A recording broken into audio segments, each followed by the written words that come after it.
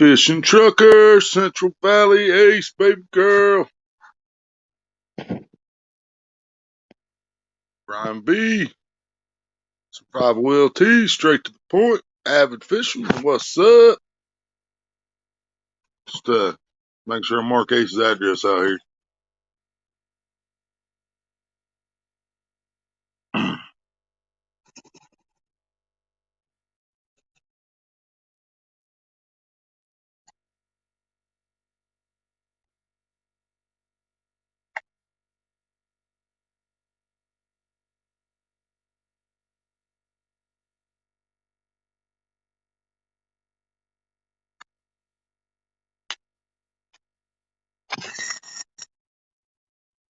Pick a water.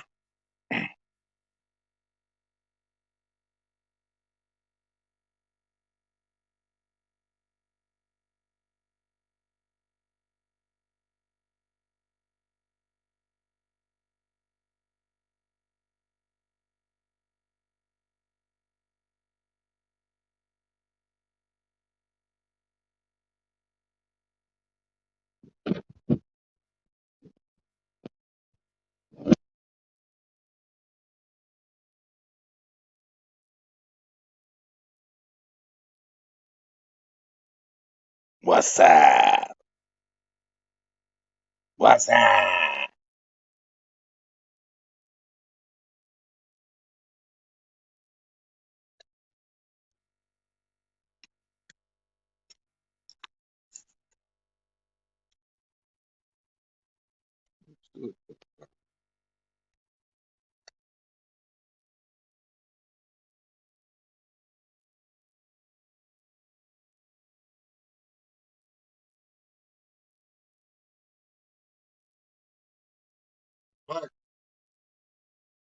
Hit the power button every time I stick in this one tripod.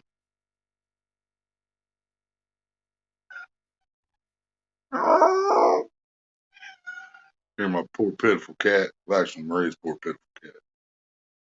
Kiss, kiss.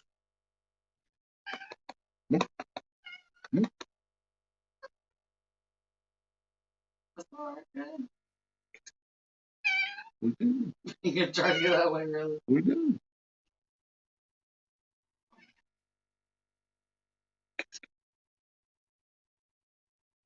Yeah.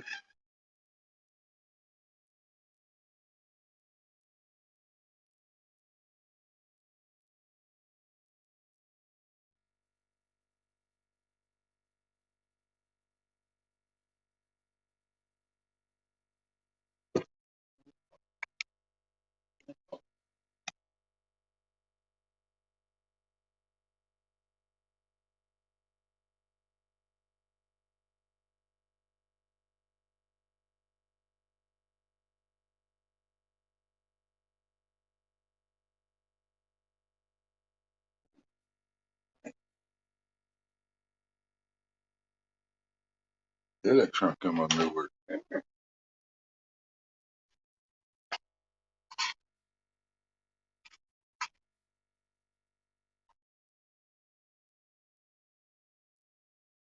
Brian B, what's up?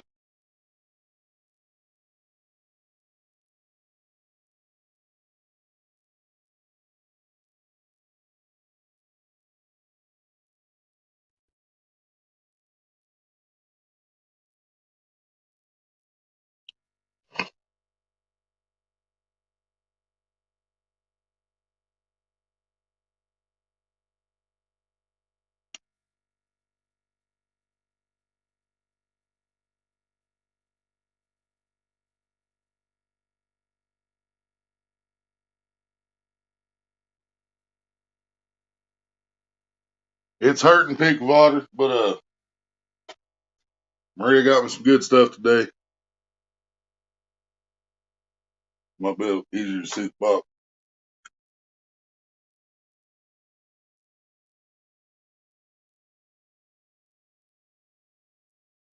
Definitely helping. Shit was over $10 for a box.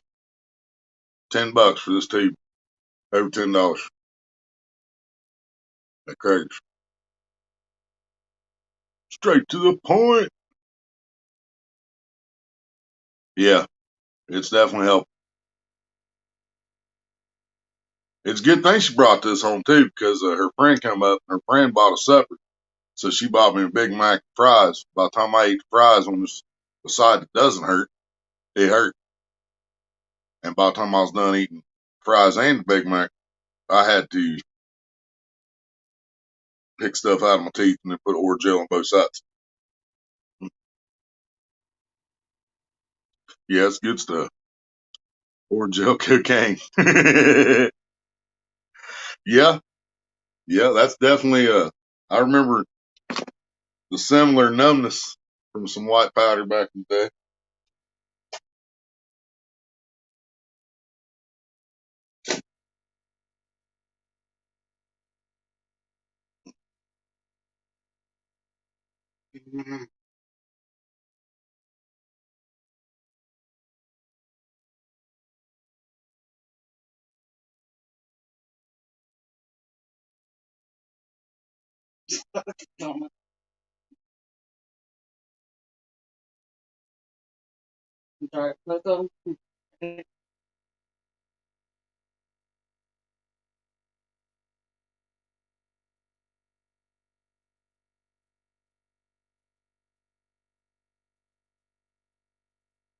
All right, baby girl, sounds good.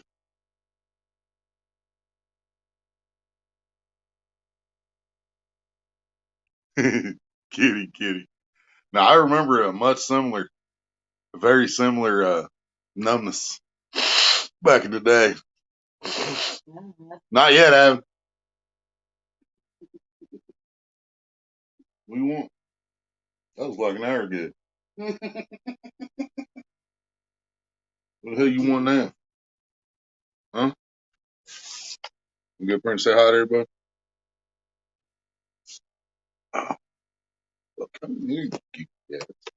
Say hi. Look, here, look, here. Yeah, I'm goofy. Look, look right here. The camera's up there. Say hi. Hi. Hi. We sure did straight to the point. They went out today.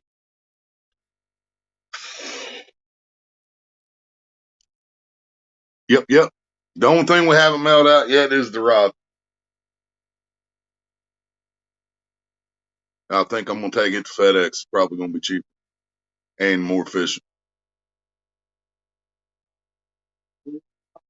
Yep.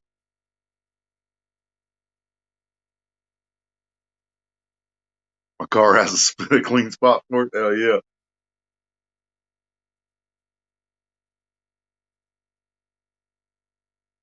We got two kitties, Big Butter. We got a big old fat long-haired orange cat too.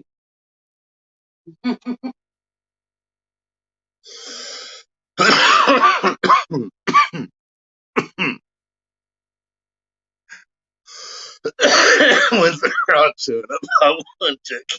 Yep.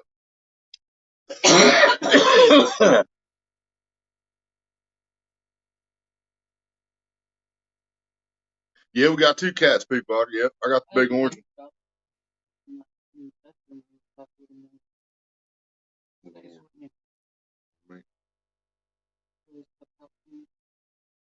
Got the table.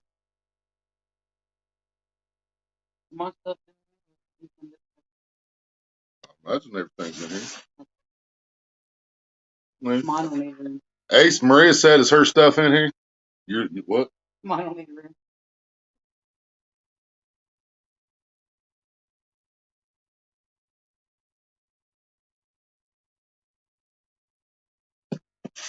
Well, one bedroom, might as well roll. Yeah.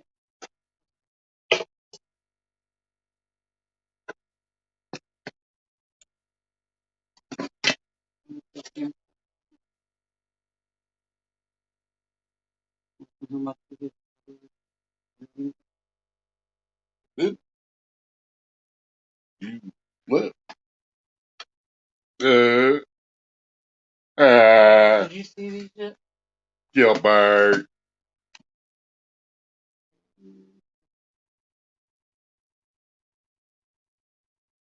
Need a new rod, Polar Bear? That was a big one for me, believe that. That was a big one for me. Give a rod away, rod and reel. Because I just bought that reel in a combo for $65, and Maria just bought that rod for me at Deer Creek for 55. Wasn't it? Yeah. So it's a $55 brand new rod, never even been fished with, and a reel that came on a combo for 65. It only been cast twice. That's what we do.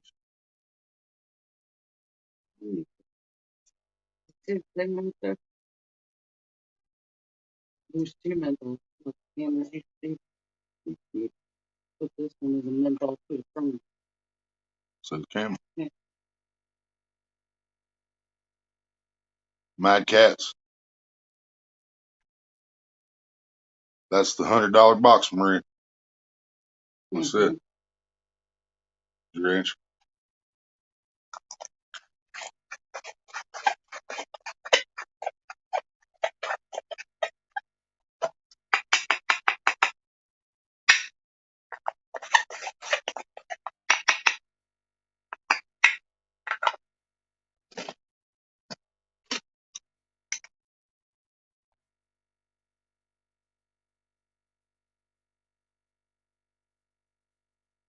I miss Hilljack coming in.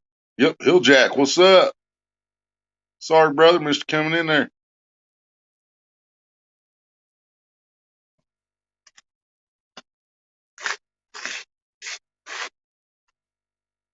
I'm also Hillbilly Psycho, in case you didn't know, Hilljack. I'm both. I'm Dobson and Hillbilly Psycho.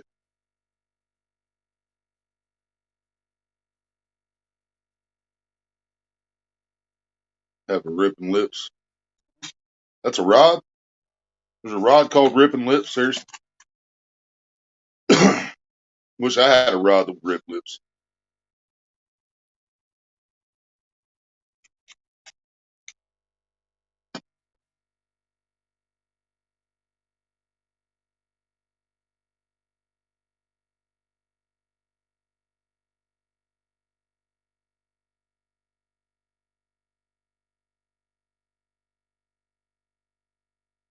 All right.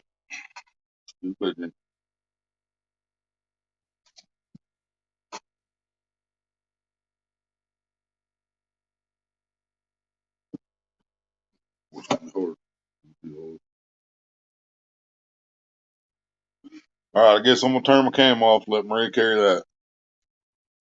Carry the box or table. I don't know why I said table. I was gonna take the table. That's why I can't carry everything.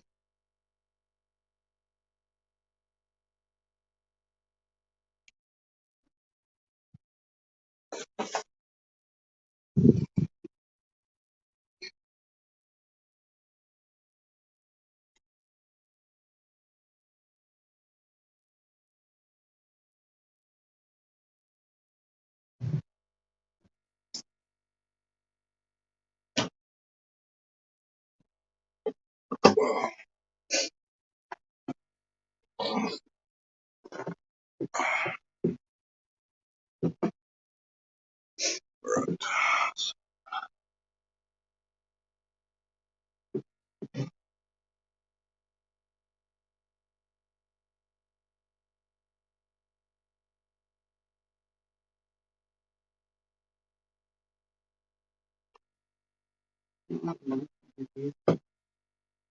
Don't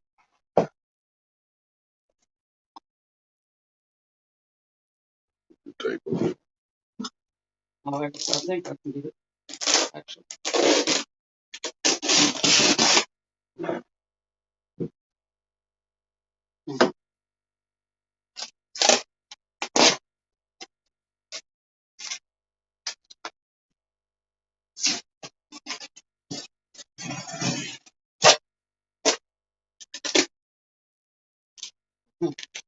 Okay.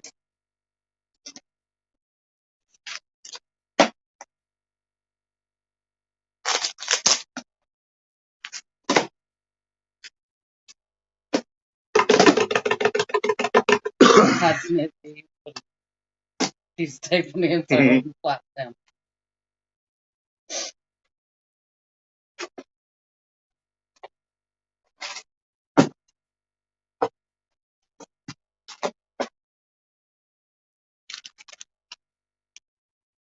Here's the first one that goes to baby girl, and survival LT.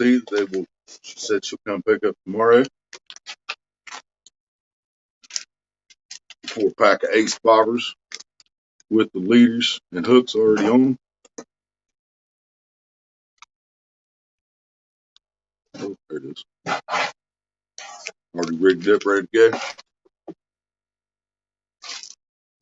We got 2 more rigs here, pre-rigged. What we got here, Ace? I remember he said he was going to.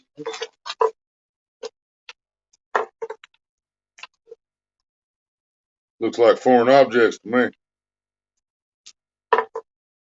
You're going to have to teach a hillbilly how to use fancy stuff like this. There's snipers here and sniper jerk. Snatcher, snags and drags, what's up? Trying to figure out what this doohickey demon flotchy whatchamacallit is. Mike Turner's here too. Mr. Turner! Feels like about 50-pound test line. Well, And Redwood. Road Warrior! Well, I just got this sucker all twisted up. Something.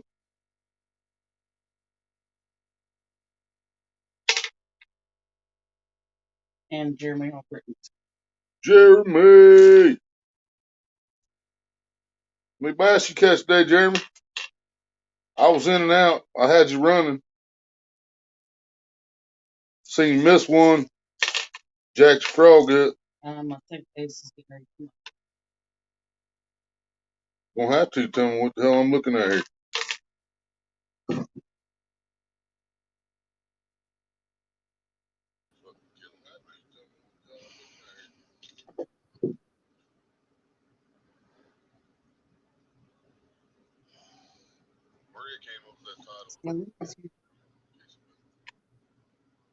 What's up?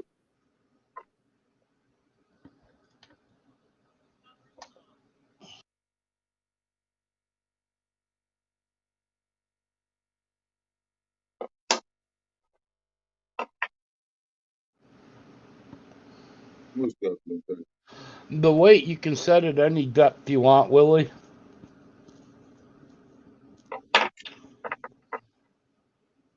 That floats your bait up off the bottom. So I tie my line to the open swivel on the 3-way.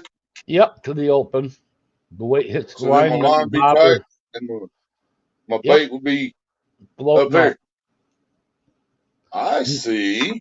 And you can tie that bobber or weight whatever distance down you want. Yeah. Hell yeah.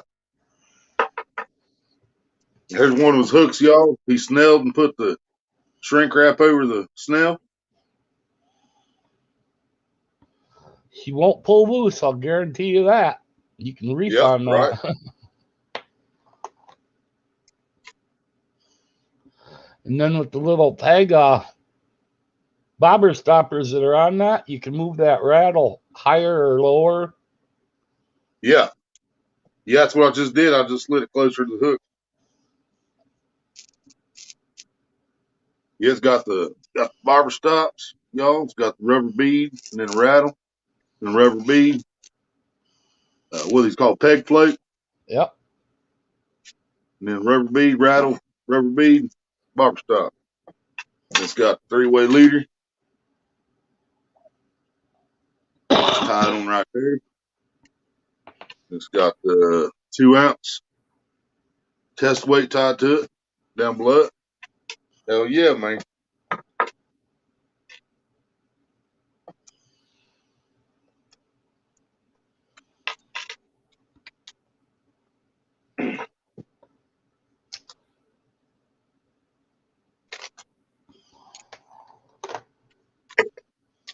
I like this one. And here's the You tie a rope to that delicate bag and wash you can bag. use Yeah, it. this is for the chum bag, right? Yep. Use it for a chum bag. Yeah. Put you some kind of chum in here and then tie it to a rope, toss it out in the water, and fish around.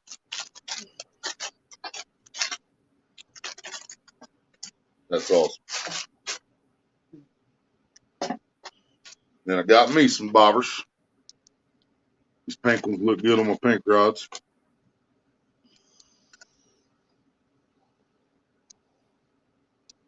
Got the leader and the One set should have the swivel. leaders and the other set should be just straight lines so you can tie right to the bottom of the swivel. Yeah. Shove your line down through and This steel leader. yep. It's a coated steel leader. That way if you want to just hang a minnow on it and float it for northern pike or muskie, you can do that as well. Right. Yes, the heavy gauge steel leader. That'll hold that'll stand up to them teeth. 120-pound steel leader. Oh yeah. I'm sorry. Ah. I was laughing at you, I guess, but it was just because I just pictured you. You know, the other two bobbers, they have a 50-pound test tied to them. I made myself laugh.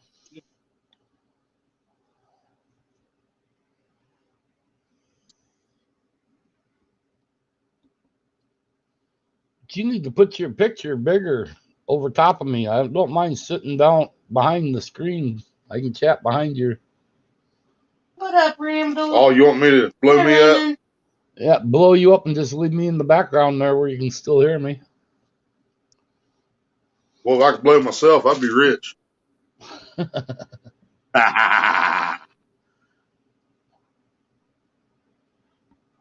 Oh, blow me up, blow you up.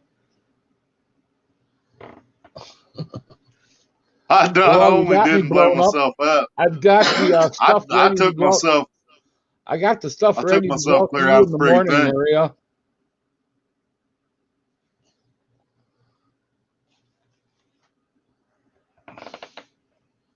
Oh, okay.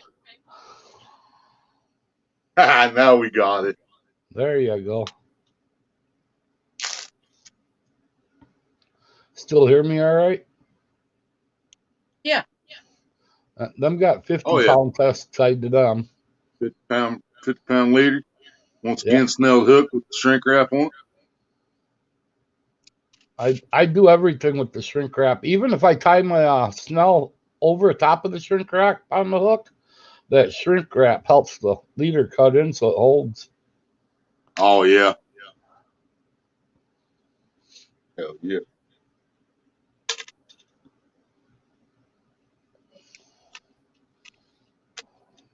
Oh, Randy or Randy.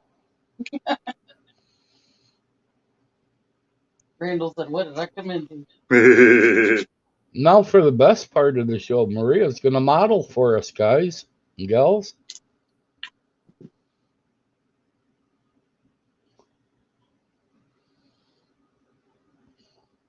Hi.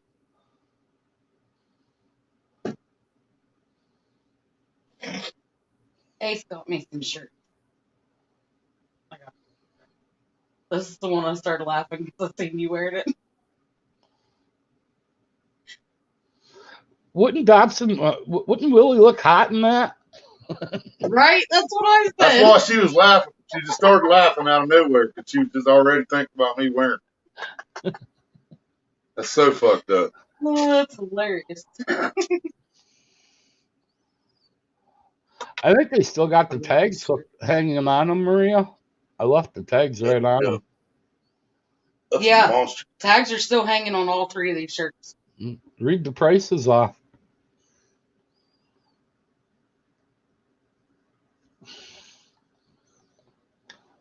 This one that I have in my hand is $45.50 original price.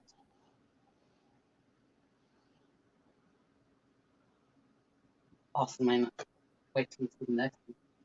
That's why I say it's $100 box. Excuse me. Seen that before you ever unfolded. And this one, I think that was the cheaper one of the three. It was still folded up. She said, "Wait till you see this one." I said, "It's Leonard Skinner." first what's going on that one? I think that one was like 42. Should have had 3 papers on it, but Yeah, the bottom part of the tag on it was gone, so I can't see it. that probably fell off. I'll have to look at the floor later on here when I. That's the black one, and it was $39.50. That's over $100 box. Yeah, that's awesome. I love my shirts, Ace. Thank you. You're welcome. You know better.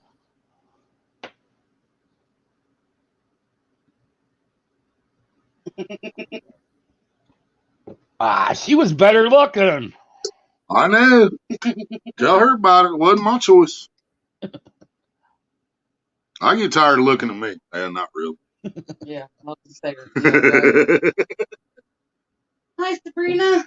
Sabrina, what's up? Yeah, if you blow me back up there, Willie, for a second, you can see here in the You background. wish. I'll be doing a lot more fly tying. Hell yeah.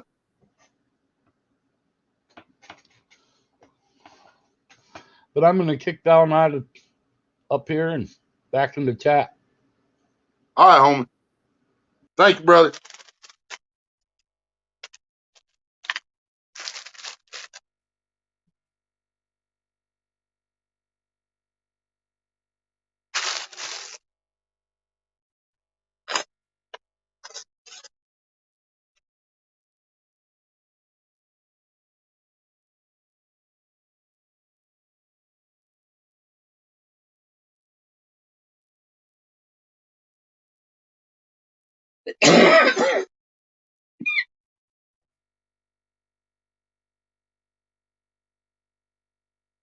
Hold bear.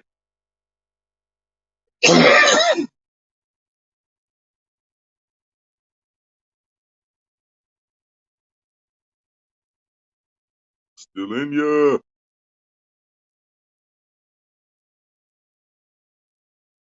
Randall. Zachary. What's up, Raymond? Orgel's helping a lot. Maria got me some 4 times medicated Orgel cream today. And it's getting me it got me where I could go live, really.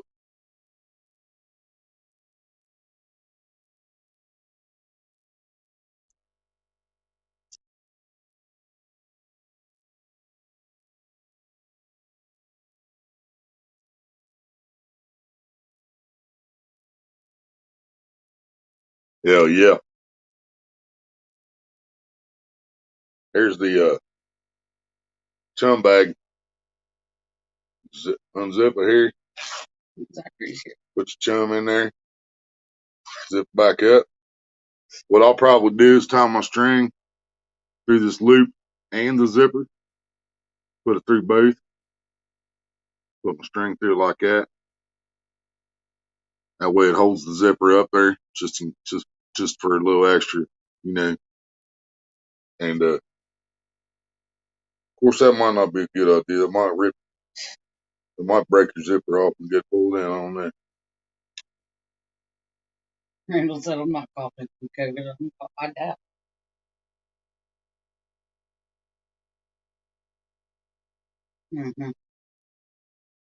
Mm-hmm.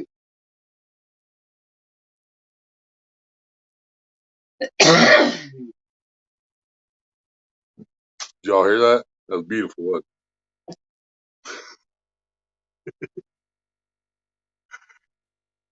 That's awesome.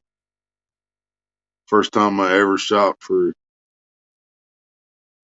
real lady. Hell yeah. You ever tried the pillbox chum? No. Kind of sounds like West Virginia making call. Throw a can of cheap dog food to chum the water. Yeah, that'd work. You can still put it inside a pantyhose in there too, just to hold it in there a little longer if you want to. All right, Mike. Apparently Mike's off tonight. I was getting ready to say that. Well, ask him. I'm assuming so. If he's not off, then he's gonna get in trouble at work.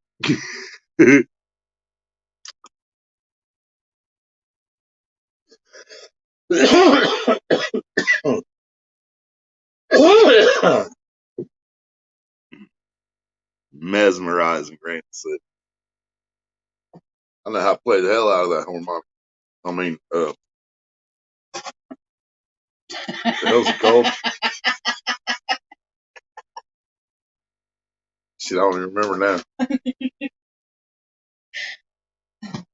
What's it called? I'll give you a minute. You don't know either. It's an accordion. Oh. Tell me, I don't know. Nah, she's just remembered. Chum bag, Randall said. Chum bag, that's what it's called. I was talking about that awesome accordion I was playing. I call it a harmonica.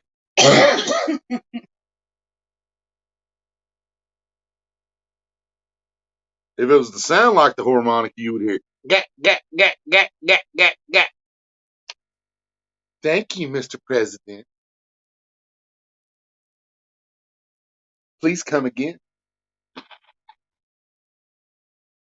According? Yeah, according to accordion. According to an accordion. She meant to say pill bottle, not pill box. Pill box, pill bottle. Yeah, I was thinking a pill box was like a beat box from Nicki Minaj or some shit. The pill was like, Speaker. Yeah, it's a speaker. Pill bottle. No, I haven't tried it. I've talked about that with a few people on here. Short-term memory snatcher said. No, we talked about that though. I thought about doing it with a glass jar too. Put something in the center of the glass, the lid to hold it, and then drill holes around it. Fill it up like blood, like Ace talked about, stuff like that. Randall got it. I try, Zach. I try. I have good days. I'm back. Welcome back. Welcome back. Welcome back.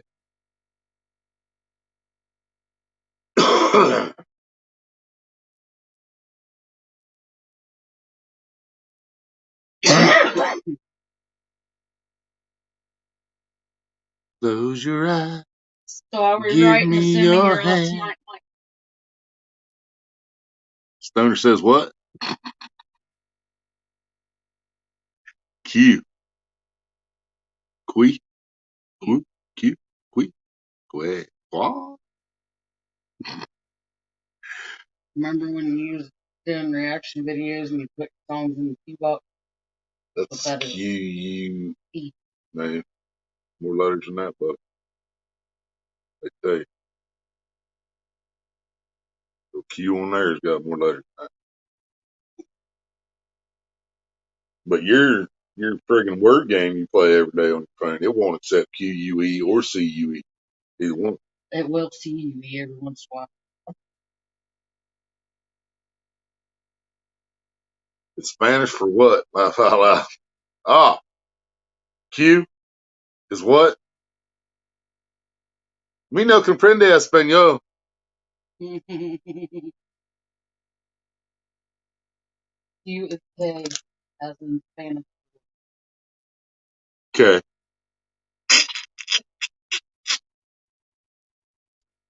So K is Spanish for queef.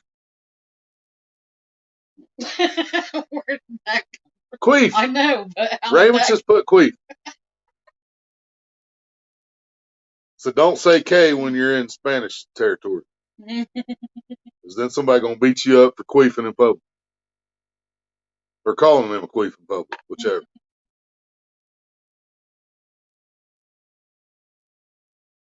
Is that what you're saying? Q is K and K is queef in Spanish.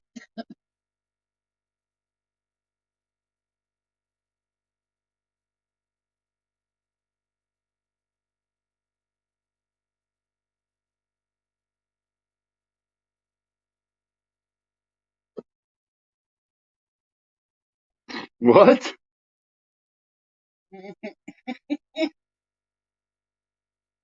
I don't know. I'm confused now. Somebody's Q and somebody's K and somebody's queefing. I just don't know who's doing what. I guess we can follow the smell.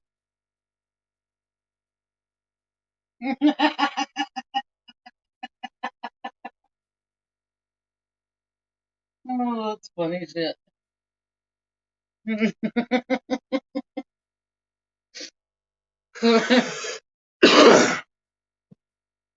Command error. Command does not exist. Oh yeah, you put edit instead of add. You gotta put adcom, rookie. Wait, someone queefed? That's what I heard. We just don't know who it was. Central Valley, what's up? We opened Ace's box. That sounded dirty. Randall says it's dramatic. And I played a harmonica. Yeah. Thank you, Mr. President.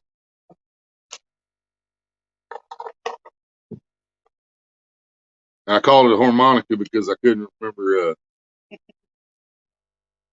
that according thing. According to accordion, the K means queef in Spanish.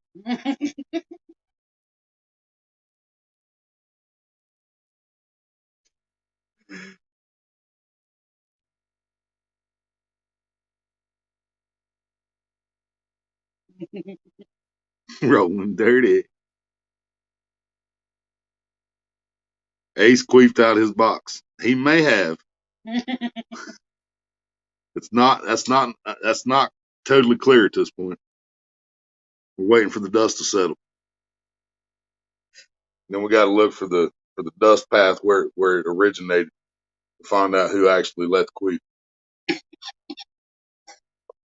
Because everybody's speaking Spanish and I know comprende español, so we got to do it detective style. We got to follow the trail. Mama's got a squeeze box, daddy never sleeps at night. In and out and in and out. Queef remover fund. $5 from Randall for the queef remover fund. Hell yeah.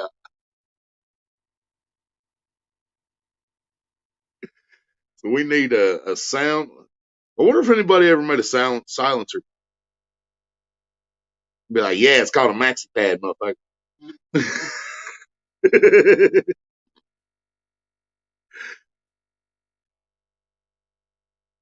I may go to Emmett Saturday. Jeremy said, I'll claim the damn queef teams. See, I changed my picture, Randall. Hell yeah. I'll claim the damn queef. Jeez, it was me. Fuck it, it was me. I no understando Spanish either. Me no comprende español. Sí, sí, señor. Señor, did you queef? Okay.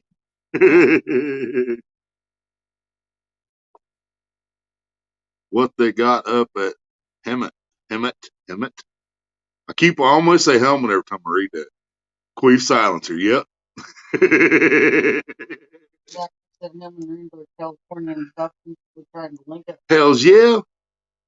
Wish they all could be California. Wish they all could be California queefs. California queefing on such a summer's breeze. Summer's eve. There we go. See, I done screwed that one up. California queefing on such a summer's eve. Carp, trout, catfish, and lakeside camping. That's what I'm talking about. Ain't camping if there ain't water. There ain't no water to fish. LA tomorrow. No bueno. See.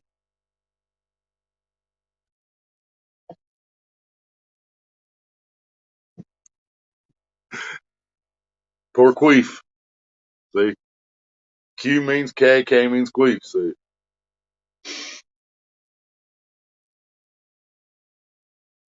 I don't know what poor means.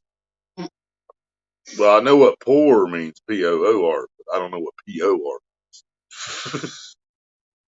The C-P-O-O-R, all I got to do is look at Mary. I'm starting with the man in the mirror. I'm asking him to change his ways.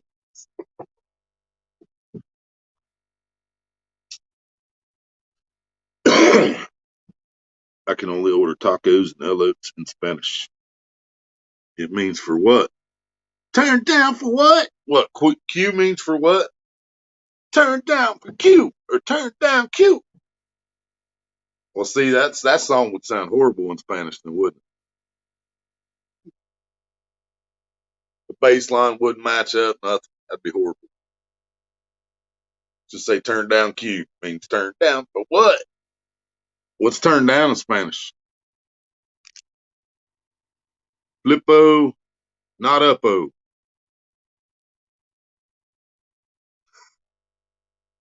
Flippo, not uppo Q. Turn down for what?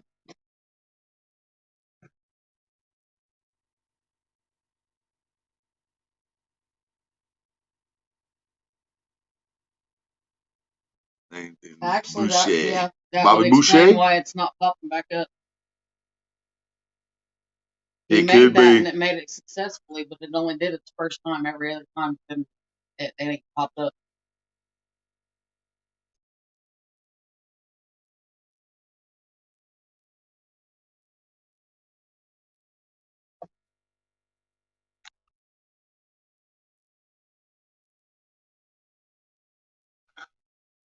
See, that's stupid because if it lets mods do it,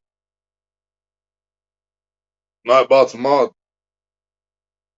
you do need to put bait on the hooks and cast them out in a lake or river for them to float, for them floats and bobbers to work. Nuh-uh. I thought they was going to catch me fish here. I was going to use them in the bathtub and use my worm for bait. Hooks ain't big enough, but we can put it through the foreskin, I guess.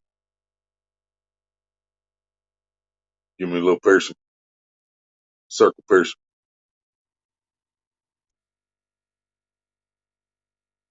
Not sure what shot or AR-15 at River Tracer rounds.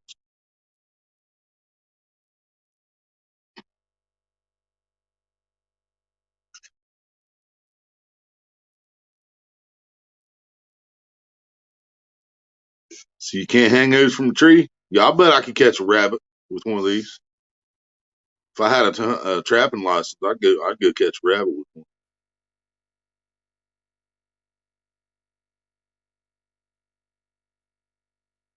Bring it, bro. Just don't flash it.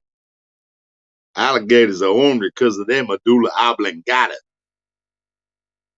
No, Colonel Sanders, you're wrong. Mama's right. Something wrong with his medulla oblongata. You're wrong. Mama's right. Yeah, I sound just like him when I do that.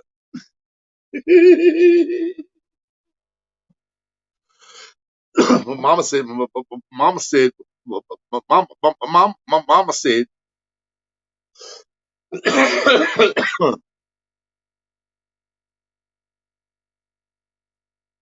don't show it till it's time. We got all them teeth and no toothbrush. Happiness is from magic rays of sunshine that come down when you're feeling blue. Well, folks, Mama's wrong again.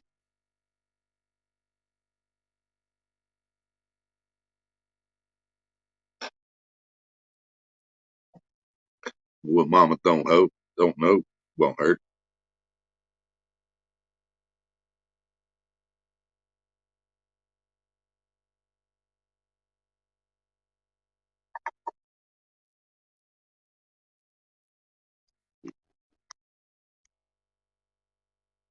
I had a piece when here in front of me. Leave my room on or what? I lost it either way. Yeah, a big old chunk fell out.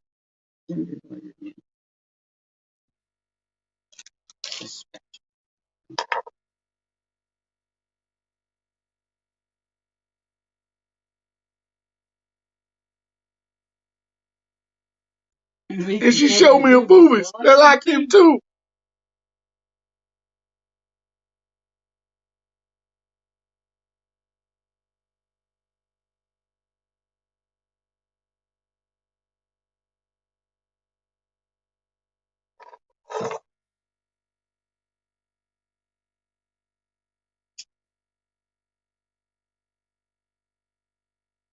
Mr. Coach Klein said I could. It's okay, Mr. Coach Klein said I could. No, but higher. I like lakeside camp. It's always better to be higher, Randy. Can you take me high enough?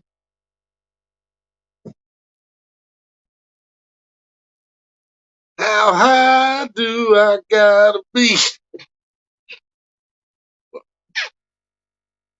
See angels in the sky.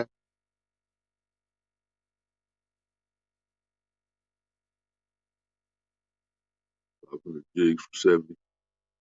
Getting jiggy with it. You see the size of that chicken? Peyote, baby. Oh, Young Guns 2. Yeah, Peyote, Young Guns 2. You see the size of that chicken? Remember when Dials ran for that touchdown? He was bare ass. Back and look at it. I was at work. Oh, Jeremy. You was at work when you were fishing? How'd you pull that shit off? I need to talk to your boss. Is he hiring?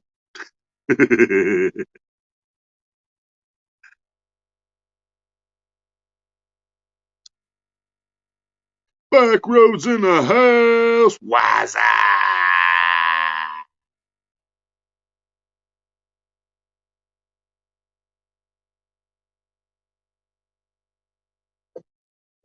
Bring the cigarette tray.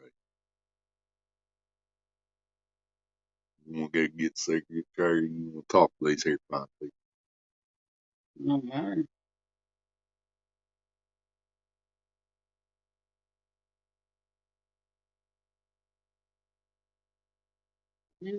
Yeah. Table Rock, what's up? Ouch. I just felt like running. 250 pounds of jigs. That's getting jiggy with it right there. No, no, no, no, no, no, no.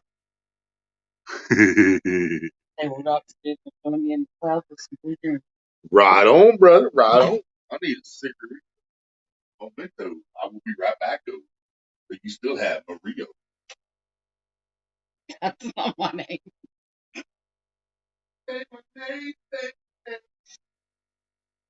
I'm doing all right, Backwards. How are you?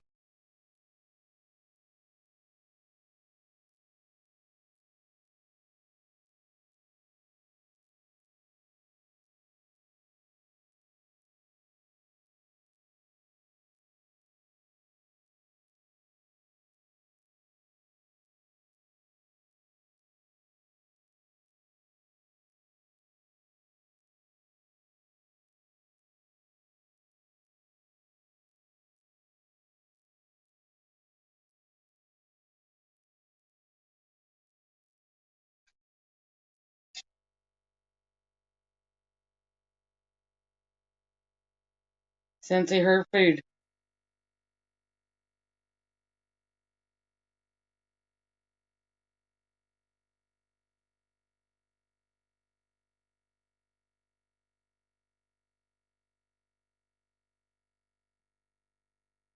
Thank you, Raymond.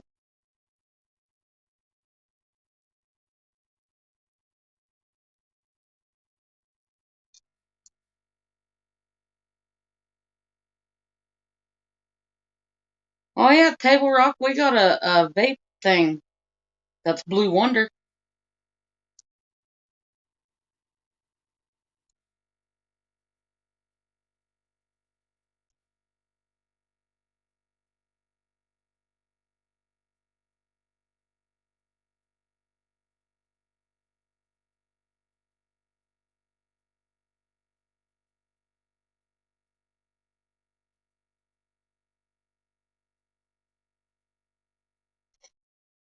I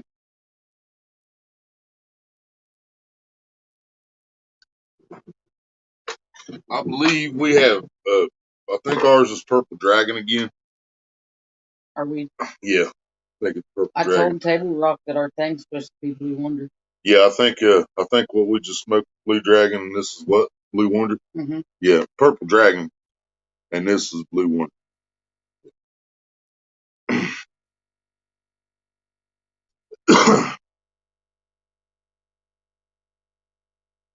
95. What was the percentage, you remember? I have no idea. I don't remember.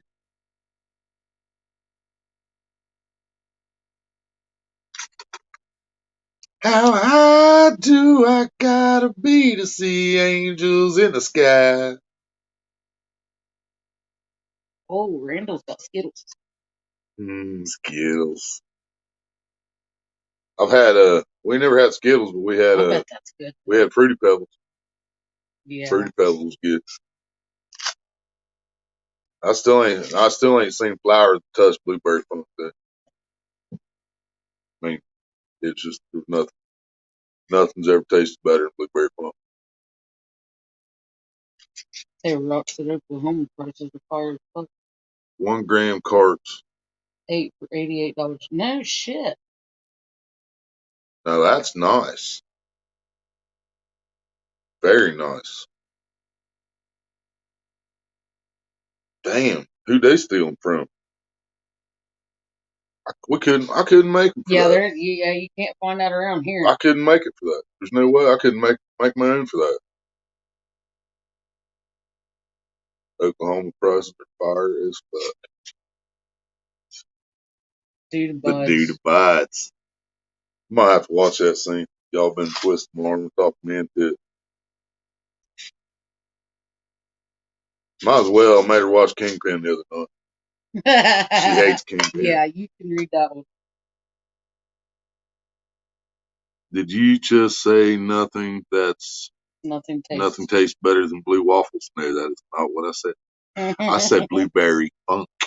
Blueberry funk. Didn't even say blueberry waffles. There was no waffles in that paragraph, Mr. Turner, sir. But if you heard blueberry waffles, then, or if you heard blue waffles, then what have you been eating lately? That is the question.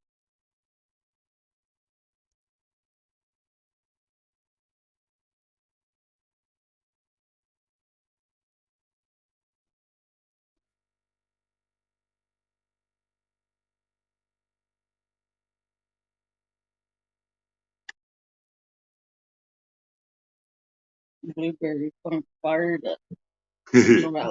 Yeah. Queef flavored what? Queef flavored what the hell?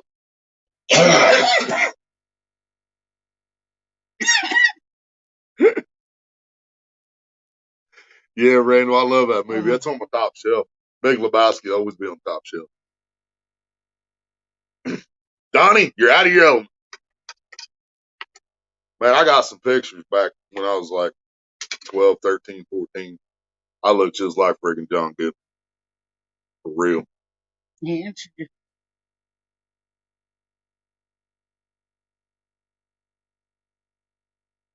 singles that haven't been eating enough. Well, if you shouldn't be eating the blue waffle, Mike. Just saying. If you already ate a couple, you're probably too late, buddy. The only cure for that is drinking some bleach and eating Cadbury eggs. It's the only thing you can cure the blue waffle tongue with.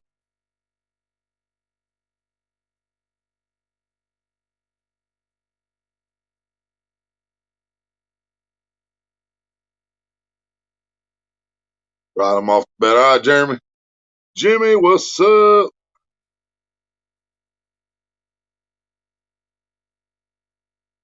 No, Donnie, they're nihilists.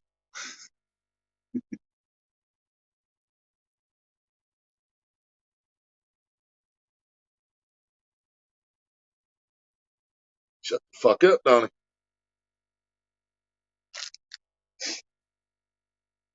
Scared to ask what blue waffle is.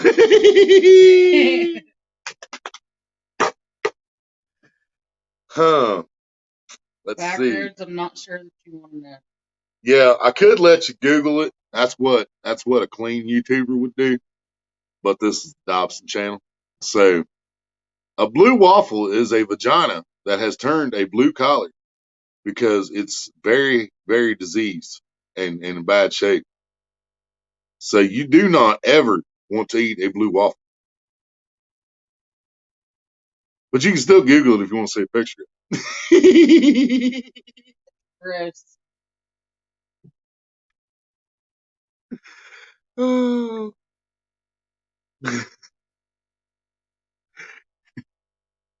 You have Everybody to was Google telling it. him to Google They it. also just Google it. They should have knew what I was going to do.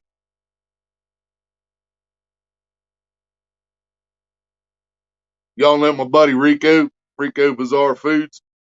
I got him to ask Google on a live stream what two girls in a cup was, and Google explained it to him. Y'all pass on the blue waffle. Sounds far from a waffle, Central Valley. He said, God damn it. Blue waffles matter. Oh.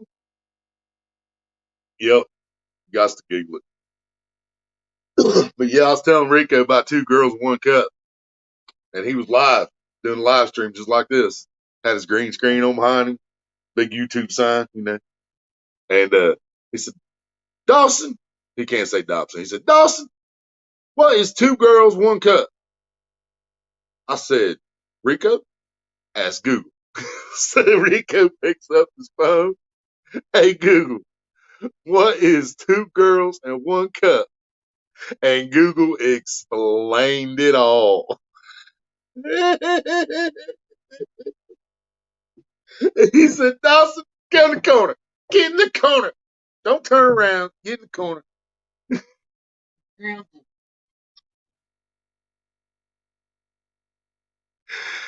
Oh, God.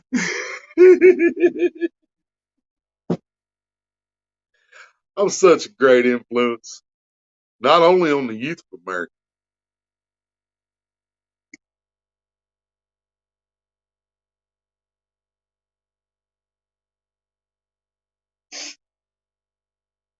but also my fellow middle-aged America.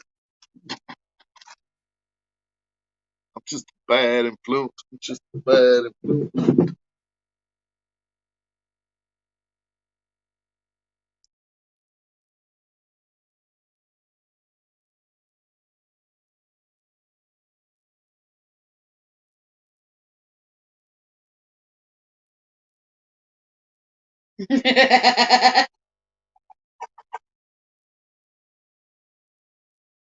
Oh, I feel so sorry for you, Backwards. I got conned into seeing it too, just so you know.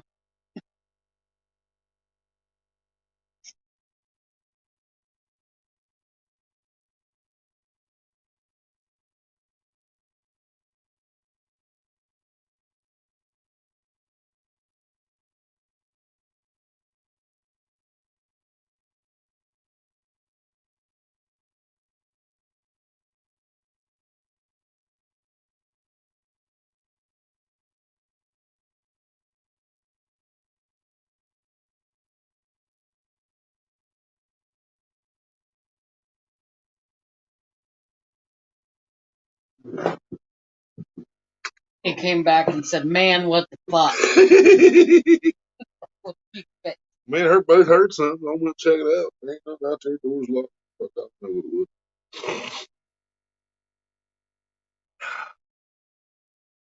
was. Bless your heart, Maria. Backroo's hungry now. He said, far from it. Yeah. Yeah, I told him I got conned into saying that too. That's why he said that. Dude, I would have used that shit for a thumbnail if I knew that YouTube wouldn't ban me for it. I actually have used blue waffles because when you Google blue waffle images, it also pops up waffles with food coloring. Or Actual maybe blueberries. waffles, blue waffles.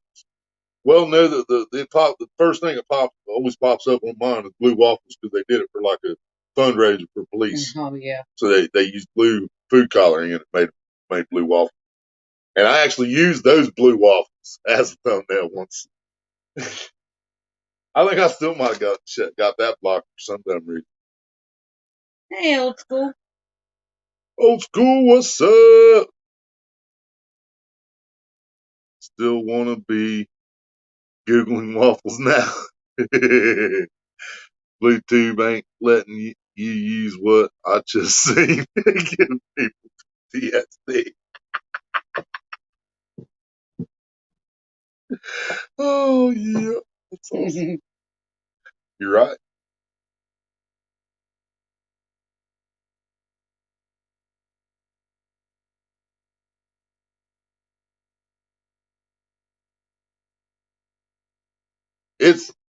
It's manageable. Maria got me some a $10 tube of Orgel 4 times medicated. So that's keeping them at bay. It's a good thing she brought home Orgel because she brought me home a Big Mac too and fries. So I ate that shit. Pain and all, I ate it. It still tastes good as a motherfucker too. Just saying.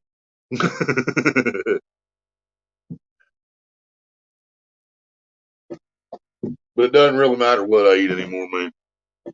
It goes down in the bottom tooth over here because I have to chew on this side. This side is really fucked up. This side is really fucked up, so I've got to chew everything over here. And in the process of doing that, now these teeth are fucked up. Big hole, big crater in one of them. So when food packs down in there, it's still fucking hurt. It doesn't matter. But yeah, I'm not bad right now because the Orgel's that's some kick ass Orgel. As long as it doesn't get infected on, you know. But I do still have a whole script of antibiotics in there if I need to take.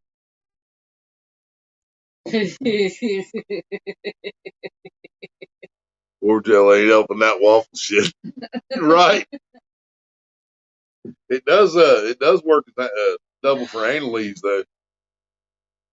But the only problem is if you use it for anal leaves, if you even use anal leaves, and then you put it on your stuff on your Johnson too, then that also numbs you, which kind of defeats the whole purpose.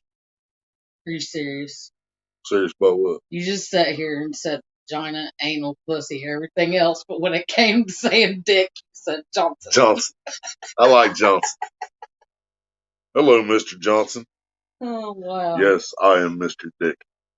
How you like me now? How you like me now?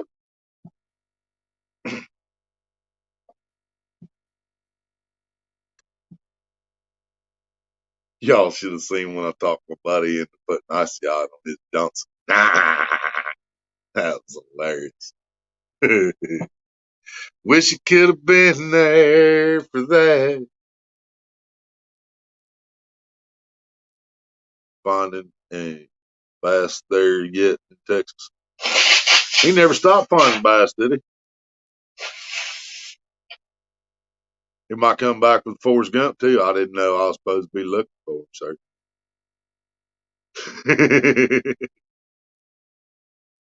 maybe he wanted to look for some bluegill or some catfish, something else besides a ditch pickle. He does fish for other things, I've seen him do it. I've seen him catch catfish. Can't hide from me. See, he never lost them. He knew where they was. Heard missing HTC with Orgel works wonders on the gums. Probably if I had some oil. Well, I guess I do, but yeah, I ain't gonna open it up to do that.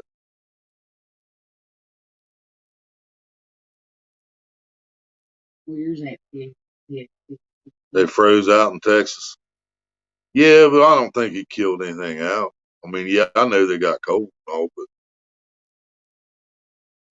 just got hit with cold front. I don't think it killed fish. Didn't kill no fish, did it, back rates? I'm sure they didn't like it very much, but I bet the fish didn't hate it as much as y'all did. That's like we was up here in Ohio a long time ago, back in about 1997 or somewhere around there, and Atlanta, Georgia got hammered with snow, man. I mean, they got slammed. I mean, well, I guess saying slammed is an exaggeration, but they had like 6 inches laying on the ground, and they don't have no snow plows in Georgia because it don't snow in Georgia. So Ohio and Tennessee and Kentucky and all kinds of places sending snowplows down to help out Georgia with the snow because they didn't have no snowplow. That's hilarious.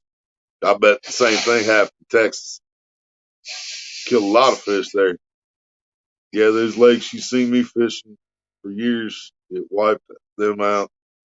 Real shallow lakes, 3-4 foot max. Yeah, see, 4 foot they should have survived. That's crazy. That sounds like somebody put something in the water there. That sounds like a little antifreeze job. We got lakes around here that's 3-4 foot deep, and fish that pond I fish at, but the parks where y'all seen fish trout, man, there ain't a spot in either one of those ponds over 4 foot.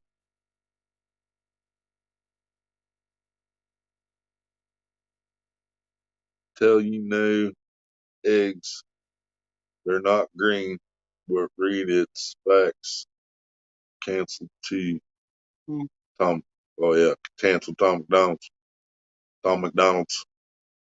I used to have his playlist called McDonald's, and then I finally decided to be nice one day, and I changed it to McDonald, his actual name.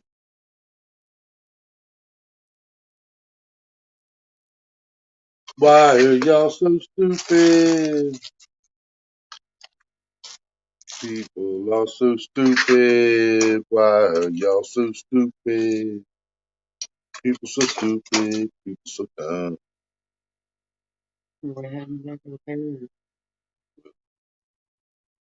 Unreal. I got pics that would blow shit. Would blow your mind. I kind of think all the dead tilapia killed the bass. There was thousands of dead tilapia. Then a few days later, your bass started floating. Yeah, see, now that makes sense. Tilapia is a tropical type water type fish. They have to live in a warm climate. So when the water temperatures drop, yeah, I can see it killing tilapia, but it shouldn't kill the bass. We got spotted. See, I was gonna say that we got we have largemouth, smallmouth, spotted, rock bass, uh shit, what the hell's the other one?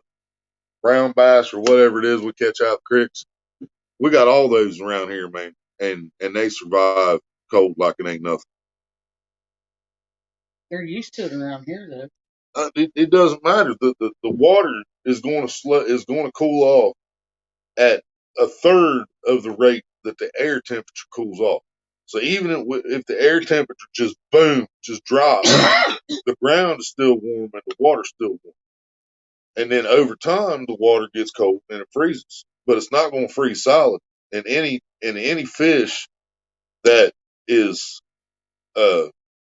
native to North America that can live in all parts of North America, like bass, should have survived that. Even in 4 feet of water, 3 feet of water, it should have survived. More acres, front pond is not over 4 foot deep. And this lake supported bass, carp, channel cat, shovelhead, blue cat, yellow, you name it is in there. Freezes over every year. I understand that, Ace, but I understand the physics of water cooling off, next to air temperature cooling off. And the bass shouldn't have died, but like you said, the tilapia died off, and then a few days later you seen the bass, because the bass should have survived that. They adapt with the water temperature. Tilapia can't take cold water. That's like trout can't take hot water. A trout can't live in warm water. Tilapia can't live in cold water. You know, uh, um, a burbot, however you want to say it, depending on where you're from, it can't survive in warm water. Uh, just like a red-tailed catfish can't survive in cold water. You know, Dobson has not caught it yet. Oh my! It was the bottom of the knife box. Oh, I feel stupid. Get to remember what side you want to chew, because that shit hurts. Yeah, it does. Hillsboro. Yeah. Been to Hillsboro many times. Get some real good tape.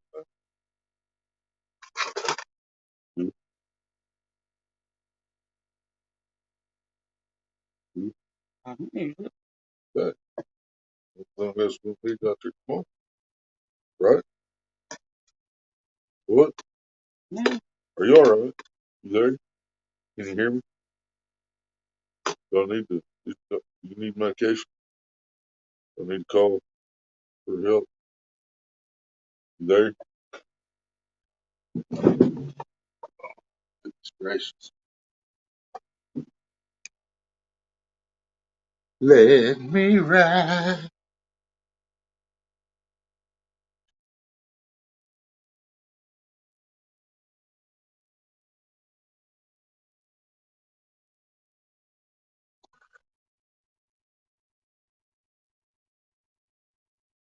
Really slaughtered our saltwater bays. Oh, I guarantee it. Yeah. I don't doubt that a bit, man. And that goes back to what I was just talking about. Uh, there's a lot of fish in Texas that ain't supposed to ever be in cold water. True. But yeah, the bass never should have died, man. Man, probably should have had about 50 people out there scooping them tilapia out, because the dead fish might have poisoned the water.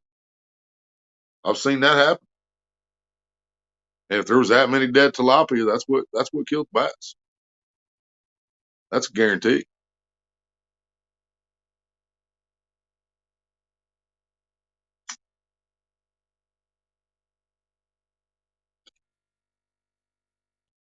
What people need to start worrying about, though, is I'll tell you what does look like it's going to be able to survive in some cold water, and that's the friggin' bull sharks and stuff. The bull sharks just keep coming farther and farther up, and these Asian carp, they could obviously care less if it's cold water, warm water.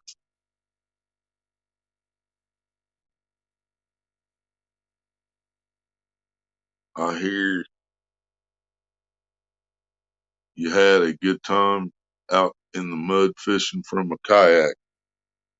You got on a freaking kayak too? I ain't getting on no damn kayak, man. I love watching y'all fish a kayak, but I ain't doing it. He said, fuck off, Ace. Never mind then. I have no idea what's going on there. Yeah, I ain't getting on that kayak. That's all I know.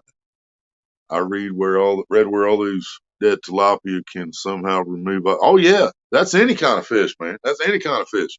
If there's too many, and like you said, it's shallow water, and if there's too many of any kind of fish dead on top of that water, it's gonna pull the oxygen out, and it's gonna poison the water. It's gonna kill anything else in there. If you would have had a bunch of people that you possibly got out there to scoop all those dead tilapia out, you know, and give the water a chance to recover, maybe. But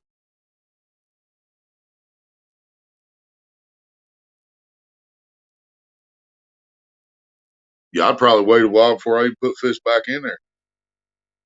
But I would definitely restock that place. That's where I want to fish at. Fish with you when I come down there to Texas, which probably never going to happen, but it'd still be cool if it did. So I almost died because I forgot to hit low battery back here. Got her 4%. Woohoo! That's how we roll.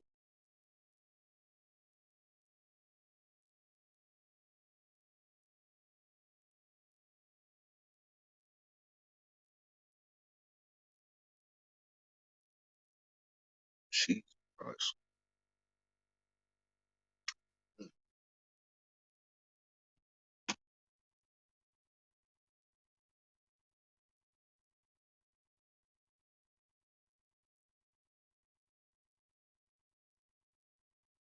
Back roads and bass got stuck in the mud. Just glad you're safe, bud. Thanks for what, Jimmy?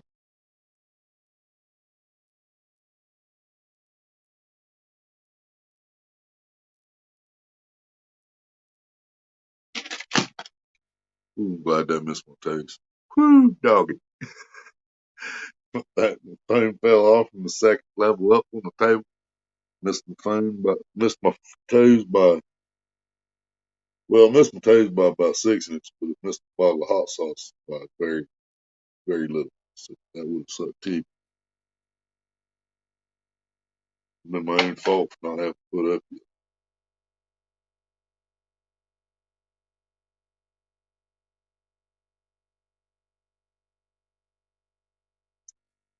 You got stuck in the mud with a kayak. Is that what I'm hearing?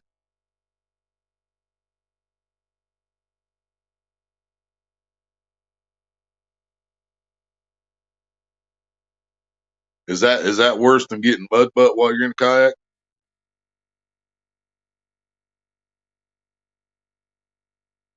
Was out in a big saltwater bay. Tide went out, left me stuck in the mud. Got dark and didn't know where land was. No cell phone signal. It sucked. Never take kayak in saltwater again. Oh man, yeah, that would suck. That would suck bad. Yeah, that's just another reason for Willie not to do it. Reason number 567 is if you get tide goes out and you're stuck in the mud and it gets dark, you're fucked. Yeah.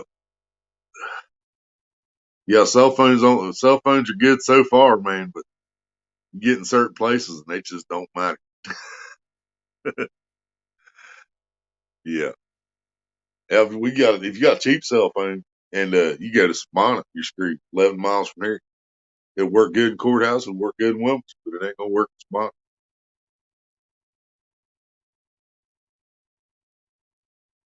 I'd rather be butt fucked than go through that again. I bet so, man. Yeah, I mean, what are you gonna do? Just go to sleep, wait for the tide to come back in, hope nothing eats you or shoots you or whatever while you're there.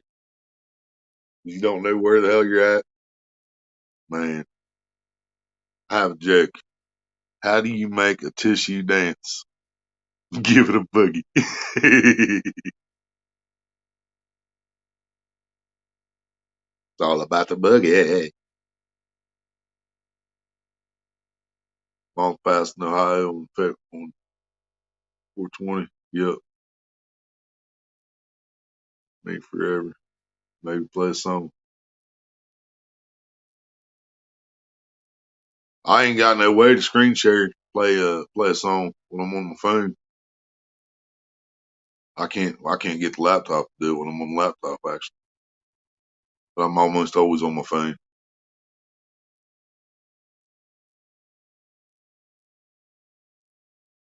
Need to do that one time. You need to do that one more time and post the video back rates. Yep, get back to that exact spot. Wait for the tide to start going out. Turn your camera on. Just record until the camera dies. Post the whole video. Come on down, Ace. I'll give you the kayak, drop you at the bay, get all the video you want.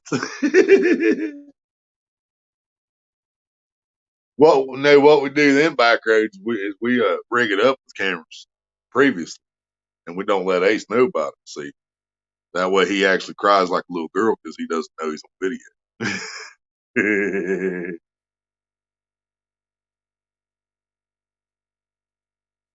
Don't be surprised to be told you will be required to take COVID swab up the nose to see the orthodontist. This will be my third COVID test this Saturday to have knee surgery. Wow, old school. I guess I just ain't gonna have a whole lot of medical stuff now. Bring lots of water and bug spray, he said. Buddha nose. Lots of water and bug spray. Everything good. Hell yeah, Jimmy.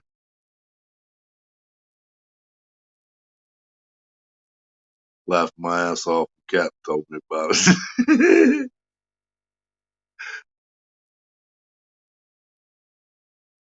And see, dude, I don't envy that a bit, man, because I ain't gonna lie, man. Everybody knows I don't fish reservoir by myself at night. I don't fish nowhere by myself at night because I can't do it.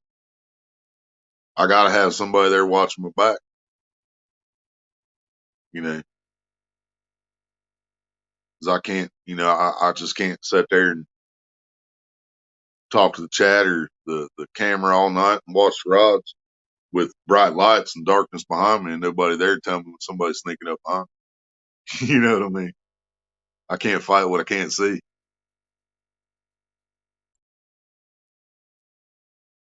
Oh yeah, I know Tom won't block me. He'll give me a copyright claim though. He'll definitely still give me a copyright. A video of it posted. Oh, I would have too, man. Shit, don't be embarrassed. You damn sure ain't got to be embarrassed telling me.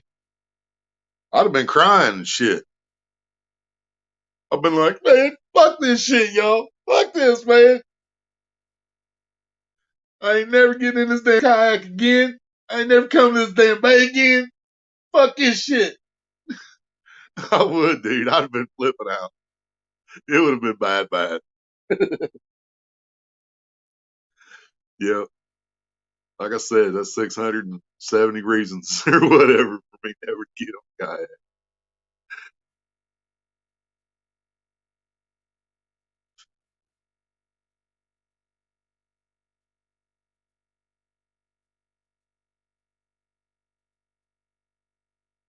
Next, it's like, yeah, man, I'm not touching.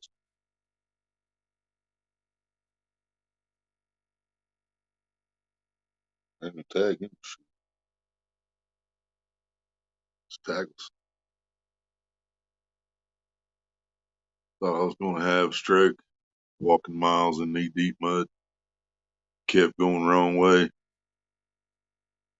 Couldn't see my hand in front of my face. Damn. Yeah, see, I might have just stayed there. I might have just sat there and hoped Todd came back, I guess. But if you're starving and ain't got no water, you got to do something too. You can't drink damn salt water. You gotta look at the empire and see bloody. I can't. This is my phone, Jimmy. I can't play it while I'm on here. If I go to open up YouTube, y'all won't hear me or see me. The screen share don't work when you're on the phone.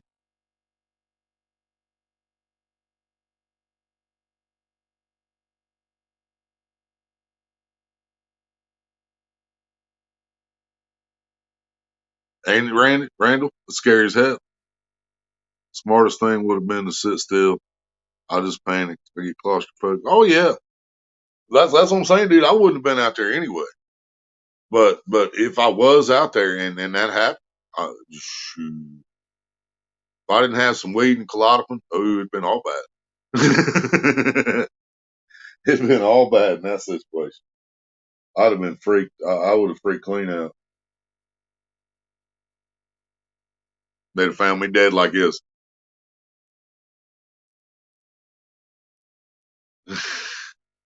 They would. Right, Jimmy? Fuck that test.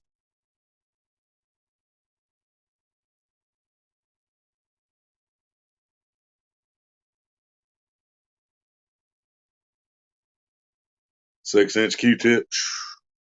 Yes.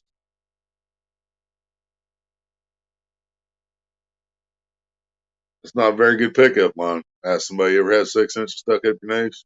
Won't he?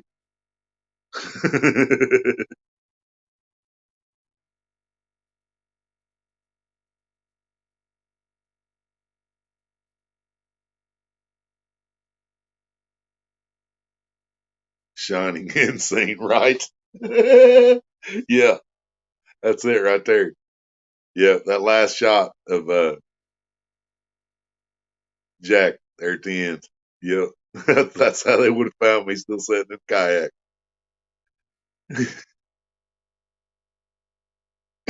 Plus, you're a little dude, man. It wouldn't have been knee deep mud for me. I'd have sank clean. I just would have sank. Been like quicksand. I would have died like a tray-used horse and never in the store. Go find it, Ace. It's old. Up your nose, each side. Why they got to do both sides? Yeah, that sounds like punishment. Are they putting something up in there with toothpicks? Got to put one part of it up one side part up the other side, and wait till they meet each other in your bloodstream, and then boom.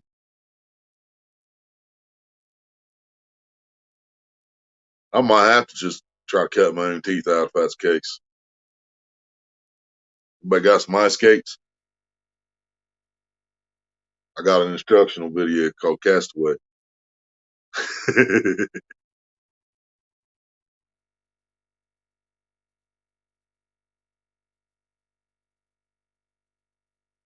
Care if I drop the link? I don't care, brother. Blue, ain't you? Yeah, that's why you're blue. Big guy's gravity. You're right. Yeah, I stepped out in that mud. It was over, baby. The kayak might have sank into the mud with me still sitting in it.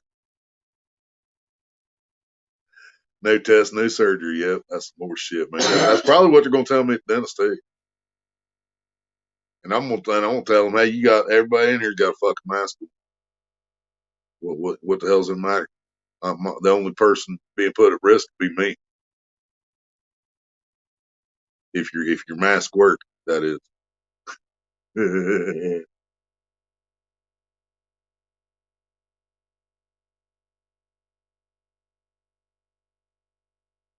Not fat. I got more gravity. Yep. Gravity just likes me better than it does everybody else.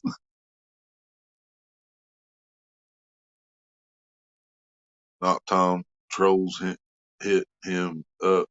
He will be S with you. Promise he ain't about down. Hell yeah. I thought I was in decent shape, but I wasn't. I really thought I was having a heart attack. That mud and heat was hell, right? I bet. I couldn't even imagine, dude. Yeah, and then that's another reason I just sat there, dude. I know. I'm fat. I'm out, I'm fat, out of shape, and I smoke too much. I'd been dead. Never would have made it. Mr. Turner dropped it.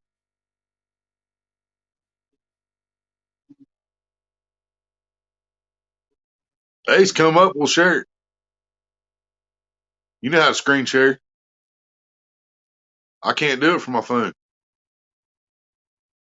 I can't do it from laptop because I got slow internet and I'm a dumbass hillbilly.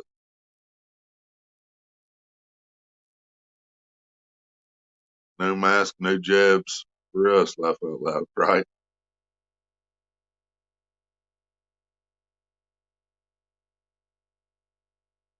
Luckily, people started popping fireworks.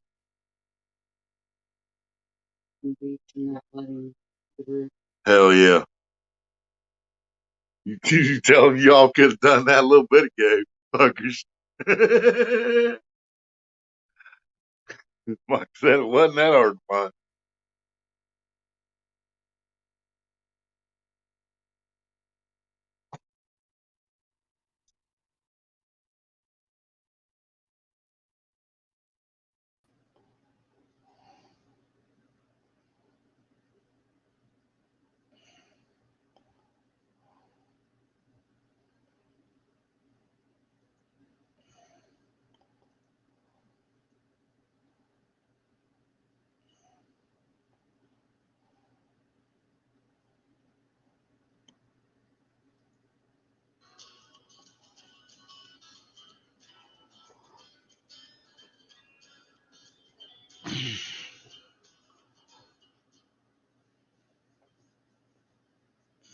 Sorry, there's no fishing in this video. It's a long, boring story. Apologize for the language. I was in a bad situation. Wasn't thinking about YouTube at the moment.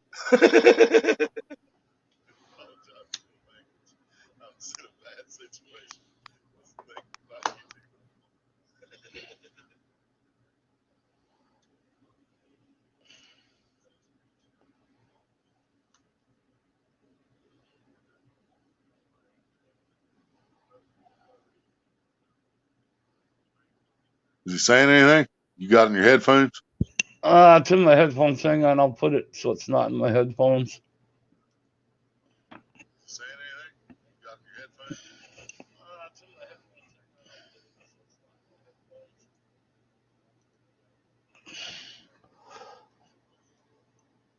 Straight to the point. What's up?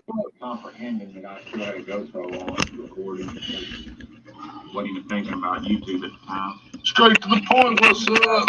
Comprehending that I have a Can you hear it? Straight to the point. What's up? Comprehending that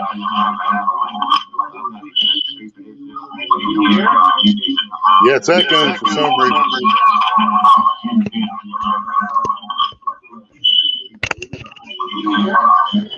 Yeah, it's echoing for some reason.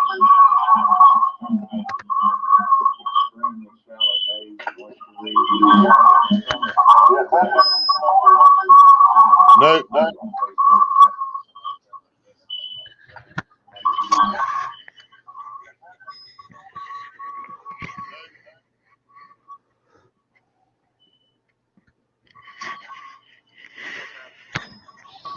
But anyway, I got the footage here on my phone of what is even usable. Some of it actually got deleted. Like I said, I wasn't going to make a video out of this. I got the footage here on my phone of what randomly clicked is even usable. Some of it actually got deleted. Like I said, I wasn't going to make a video out of this. I got the footage here on my phone of what randomly clicked is even usable. Some of it actually got deleted. Like I said, We almost had it at one point, and then it came back.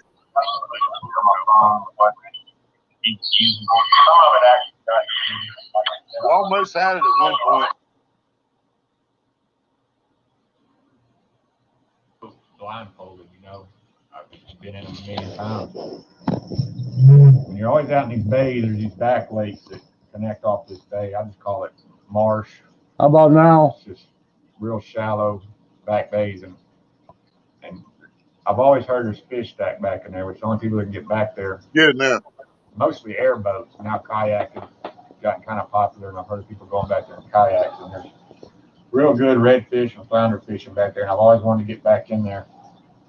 And now I got this kayak, and so that was the plan. But I at least did my homework. I started off the night before getting on Google Earth and coming up with a game plan. And I was going to stick to back lakes coming off of bays I was familiar with that I knew had a hard sand bottom, which is easy to wade fish and walk around in, and that I knew a little bit about. That I wouldn't get in a bind and all those plans fell through. So I got down there, and every spot I went in to put my kayak in was just packed with people. It was a Saturday, and this area down here, it used to not be like that on the weekend. It used to be no problem picking out a spot, but now it's just anywhere there's an opening to water, it's just shoulder to shoulder, people pack fishing. And looking back, I wish I just went and busted through the middle of all of them and threw my kayak in, but I just don't like crowds. I don't like getting in the middle of a bunch of people and paddling out through 400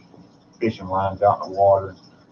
I spent probably over 2 hours just driving around to different spots. Every spot was just packed shoulder to shoulder with people. And I was just about to head home. I was going down a little highway that separates the beach from these back lakes coming off the bay, and I seen a little, not even really a road, just a trail through a ditch that went up to one of these back lakes. And so I pulled in there. I got on my phone. I got on my phone to get on Google Earth to see where I was at, see where this lake fed into, because it looked extremely shallow, and I just wanted to see what the system fed into, or even where I was at. I had no idea.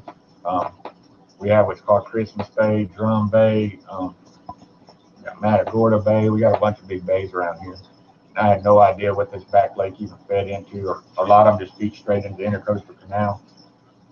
But I went to get on my phone, and I just had no internet signal, no phone signal at all. I shouldn't have even got in the water at that point. I should have had a better idea of where I was at, but I was frustrated. Another mistake is I only had about 30 minutes of daylight left after driving around for over 2 hours looking for a spot. I mean, it wasn't even worth going out in. So I dang sure wasn't planning on being out here after dark. More or less, I was just going to paddle around, check the area out, maybe take a couple casts and get back to the truck. And here's some footage of me arriving at this place. You can tell I'm already somewhat frustrated how my day's going. All right, guys, I can't believe I'm even doing this because I got about 30 minutes of daylight. I don't even know what this spot is. Nothing I picked out. It's just somewhere I found the side of the road. No clue where I'm even at. Yep, I was already saying, man, I'm leaving too late to go down to the coast and saltwater fish. And that was before I drove around for almost 2 hours to find a spot. I guess I should have just plummeted right through the middle of 100 people fishing. And that's so shallow your kayak won't float. Oh yeah, it's good soft mud. Yeah, I'm just sitting here watching the footage, and even just right there where I launched it was too shallow. I should have turned around at that point. I mean, the kayak's somewhat floating, but I'm not even really paddling. I'm just grabbing the mud with the paddle and pushing it because there's not even enough water to really get the paddle down the paddle. But I can't even paddle. Just kind of pushing it. Eventually, I get enough water where I can actually paddle, and I don't know how much of this I'm gonna show, but I just paddle on for a ways.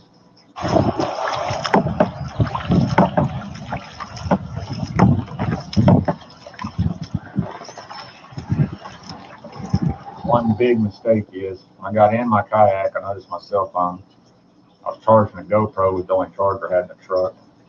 My cell phone, I think, was like 15% putting the kayak in, and I'll never do that again. I'll make sure my phone's charged before I head out. But right here was my first big mistake. I hit a spot that the kayak just completely drug bottom and wouldn't move. I was trying to push it with the pole and the paddle, and it just wouldn't even budge. There was no water there, inch or two of water, but and so I got out and grabbed my kayak and I started walking, heading away from my truck still. I don't know where I think I'm going. I have no time left, and I just wanted to try to find some deeper water, see what it was all about back there. But I was already aware from the currents the tide was still going out. If I'm having to stop and get out and walk my kayak already just to get away from my truck and the tide's still going out, I mean, common sense should have said it's going to be a lot worse coming back in. So when the tide's rushing that hard, that water drops fast. But I was able to walk in this mud right here. That's something to remember for later. I mean, it was soft, it was sinking up. you know, past my tennis shoe, but not much deeper. It was doable. Wasn't fun, but you could walk in it. And so I walked my kayak until I got a few inches more water where I could get back in and push through the mud. And eventually I did find deep water and was able to paddle.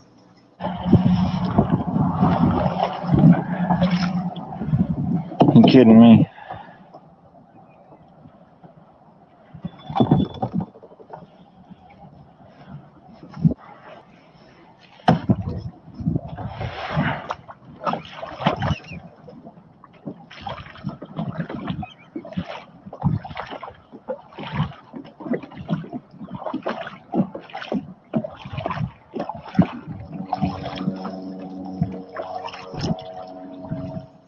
Tide started ripping out hard. I mean, it was hard to even paddle against some places at this point. It gets much worse later, but I mean, I was having a tough time even paddling through it. Found some extremely deep water back in there. Now looking at a map, I know where I was at, but at the time I didn't know. But I'm just paddling on and crossing canals and other lakes, and I don't even know what I'm doing. I know daylight to even hardly fish. Don't know where I'm going. Not deep enough to paddle, but tide is ripping. Out here is a deep channel. Current's moving pretty strong. Let's see what happens. So here I finally got turned around, but started wanting to head back to my truck. You know, I'm getting real low on daylight, and when I start to head back, I start looking around, and I quickly realize I don't have a clue where my truck is. And so I tried to get on my phone. I would get internet signal for, it was just off and on. When I did have it, it was just one bar or any kind of cell signal. And I'd go to try to open my app. I got some GPS apps or any kind of map app would have helped me. And they would just sit there and load. And just the internet signal was so weak, I couldn't get them to open up. And by this point, my phone was at, I think it's a little less than 10%. So I'm like, okay, I'm not really panicking yet, but I know I need to save my phone in case things got worse. On my iPhone, once it gets down below 10%, when I cut my phone off and the battery's that low, a lot of times it won't come back on. I don't know if it uses so much battery cutting off or what that's all about, but if I power my phone down when it's close to dying as it is, majority of the time I can't get it back up, so I didn't want to turn my phone off. I wanted to save what little bit of battery I had to get me out of a bind, attempt to get me out of a bind. Boy, do I not regret a kayak with the foot pedals now. I got turned around. I don't remember exactly where my truck is.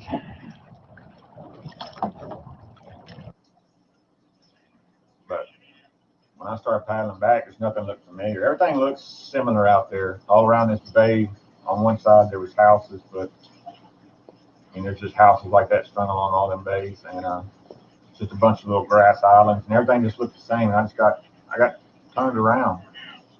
Tide's pouring out, so that means I had to walk earlier, or the kayak was too shallow to float. I'm definitely gonna have to walk now. So yeah, now I'm realizing that, like, duh, if I had to walk coming in, I'm gonna have to definitely walk even further going out because the tide's been rushing out this whole time. But I think I'm paddling up. In my head, I think I'm back at the spot where I had to walk across earlier. And when I got out of the kayak to walk, I just sunk deep in the mud, almost up to my knees. And the mud I walked in coming out there wasn't nothing like that. So I knew I wasn't on the same flat. I knew I wasn't in the same spot.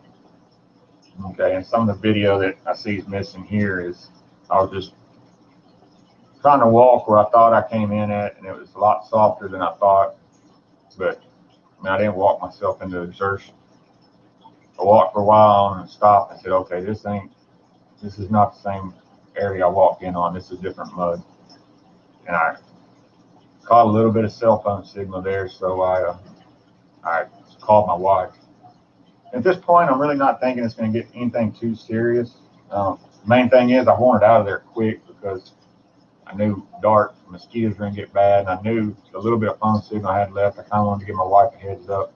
And plus, I knew she thought I put in at what they call a kayak launch, which is one of the spots I went to that were filled up. I never called her and told her, hey, I'm not going there. I'm going somewhere else, which is another mistake. Always let somebody know where you're putting in at.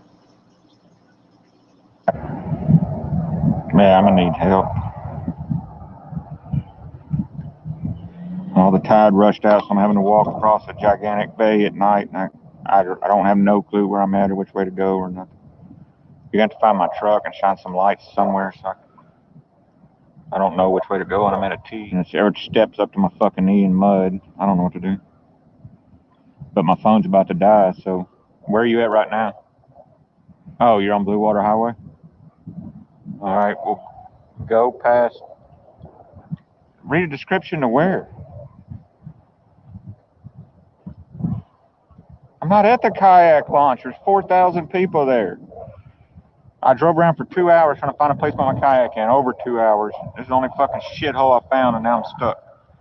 It's between the kayak launch and that boat ramp road we took. It's between the two. The little bitty, you barely see it. It's just a little bitty turnoff off the road. So what I'm asking her to do is to come down there and try to find my truck and park her headlights across the bay so I can see which way I need to go. The problem is I don't even know exactly where my truck. That road I was on was a 15, 20-mile road, and I just happened to see a little path through the ditch. I wasn't even paying attention how far down the road I was. I was just rolling on. So I knew 2 points that I'd be between. I knew I wasn't past the kayak launch I originally wanted to go to, and then there's a boat ramp we used to go to one of the bays. I knew I was between them 2 points, but finding my truck I knew it was going to be difficult because way off the road. I mean, grass was high. There's no lights out there, and she's telling me to drop a pin, which probably makes some sense. I mean, a pin to where I'm exactly sitting right there ain't gonna help. I need to know where my truck is. It's not where I'm at, but in her head, she's probably thinking that'll give her an idea of how far down the road I am, which makes sense. But embarrassingly enough, I've never dropped a pin on my phone. I'm pretty ignorant on these phones. Figured out how to record and edit videos with it. I've never dropped a pin. Like I said, my internet just sucked out there. It wouldn't hardly do anything. And I was soaking wet from sweat and walking through the mud and everything else. When your phone's wet and your hands are wet, there's nothing on the phone wants to work. There's nothing dry to dry it off on. And I just got frustrated and I couldn't figure out how to drop a pin. So I finally hang up with her. She's going to try to find my truck. Guys, I'm in a bind. Don't remember exactly where my truck is. I've got two turned around. I'm stuck in mud that's too soft to get out and walk in. My kayak won't move. It's getting dark. I don't know whether to just sit here for several hours until the tide comes in and maybe give me enough water to paddle. I don't even know which way to go. There's a T up here and I don't know whether to go right or left. Get back to my truck. My wife's telling me to drop a pin, which I don't know what good that's going to do. There ain't no boat going to get to where I'm at. My kayak won't even get. I don't even know how to drop a pin.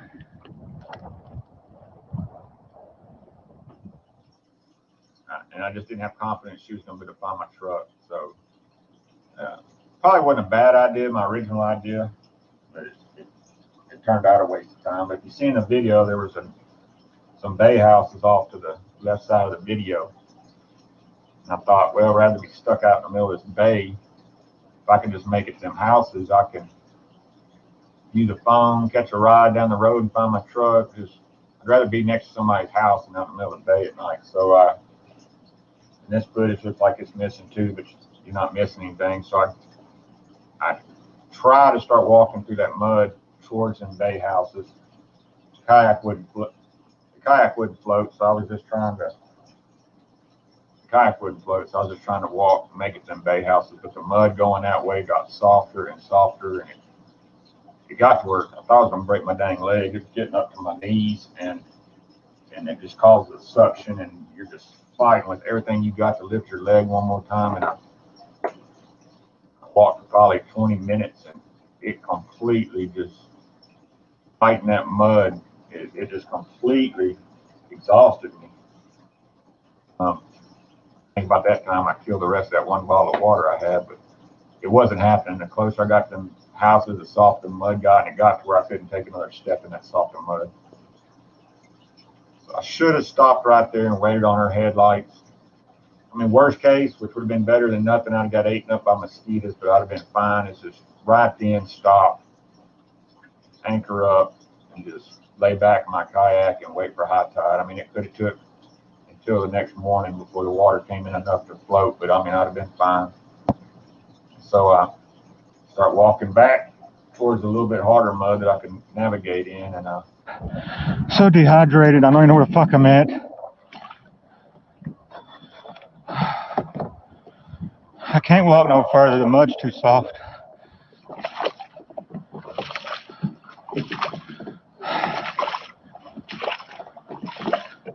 Pastor, I can't do nothing. My hands are so wet. It took me the last 30 minutes to get that picture over. You understand? you know, looking back, I was in a, my dog, it's thundering outside, so she panics. But I was in a really, really good place just to stop and wait for the tide. I mean, I could see cars, I could see the main highway, I could see houses, and I couldn't get to them at that time because the mud was just too soft anytime I tried to go that direction. But once high tide would have came in, I'd have been, even if my truck wasn't in that general direction, I could have went to the highways, the houses. But nope, I took a very simple situation, and as you're fixing to see, I turned it into a very bad situation.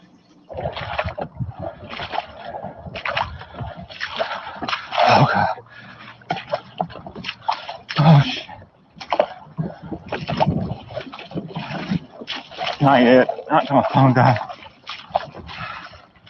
I'm at a T and I don't know which way to go. Walked forever, finally got in enough water where I could kind of push pole myself, and eventually where I could paddle again.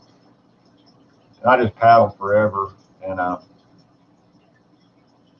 what I also remember happening is I don't know, I started thinking, okay, this is low tide current, and there's what's called the intercoastal waterway. A lot of people are going to be familiar with it because it goes all along the United States or all along out east. But if the tide's pulling out, that means it's going to eventually pull my kayak into the intercoastal. And once I get out there, I mean, there's boats everywhere. There's businesses, there's intercoastal. I mean, it's just a busy spot. You're fine out there. You're better off than sitting in the middle of a marsh. So for a little while there, I was just paddling and just letting the current take me, thinking I'll just go to the intercoastal and get out of this mess. And it didn't work as planned. I don't know where it took me, to say the truth, because it was pitch dark. I couldn't even see my hands on my face, but it took me back a long ways from where I was, because I couldn't even see the lights from the houses no more. Anywhere, just pitch dark everywhere I looked, and didn't know if I was facing. I didn't know if I was facing north, east, south, west. That's when it got bad, and the water just kept pouring out till it got too low there to where I couldn't paddle no more. I had to get out and start walking through this high mud again, and I just walked and walked, and man, I pushed myself way past my physical limits. I didn't realize how out of shape I was, but I mean, I really thought at some points, I just thought, okay, I'm dead. I'm having a heart attack. I thought I was having a heart attack. My freaking chest was hurting. My heart was pounding on my chest. I could not catch my breath. I was physically whooped bad. Never been like that in my life. Just walking in that mud it's stress tested. I don't ever want to go through it again. But I shouldn't have done that. Like I said a long time ago, I should have stuck my stake down and just waited for high tide. So now I'm in the dark. There's no lights anywhere to be found. I don't even know which direction I'm facing. I think I'm having a dang heart attack. That's what I thought. And mosquitoes are just eating. I mean, it's almost a week later. You can't really see me anymore. But I mean, they were just, my whole face, if you could have seen me, just been eyeballs. I mean, I was just covered in mosquitoes, and man, I was just ready to throw in the towel. I was like, God dang. And another thing that I remember was driving me absolutely nuts is, like I said, the beach is right there next to that bay, and all them waves at night on the beach when everything else is quiet is just so loud. You can hear it for, miles away. Just about anywhere that I'm in the bay at night, even when I'm in my boat and everything, you can always hear the beach. And it just always sounded like it was right next to me. No matter what direction I headed, it sounded like it was in that direction. And that had me thrown off a little while trying to follow that sound, but it just sounded like you were right next to the beach. It's weird. It was driving me nuts. Just dragging that kayak in that soft mud up to my knees. At several points, I almost threw my kayak away. And because it was just an extra burden. Then I started thinking, if I throw this kayak away, A, I don't have nowhere to sit down or lay down and relax and rest. If I do spend the night, I wouldn't even think that spending the night was an option because I thought I was having a dang heart attack. But I just felt like I needed my kayak. If I hit deep water, dang sure I'm too exhausted to even attempt to swim. And that water out there could go from 2 inches to 20 foot like nothing. So I kept dragging the kayak along. I still had battery. It was going down real low. I think I had like 3% on my last phone call to my wife. I probably panicked her in that last call because by then I was completely out of breath, completely exhausted, no clue where I was at. I'm good.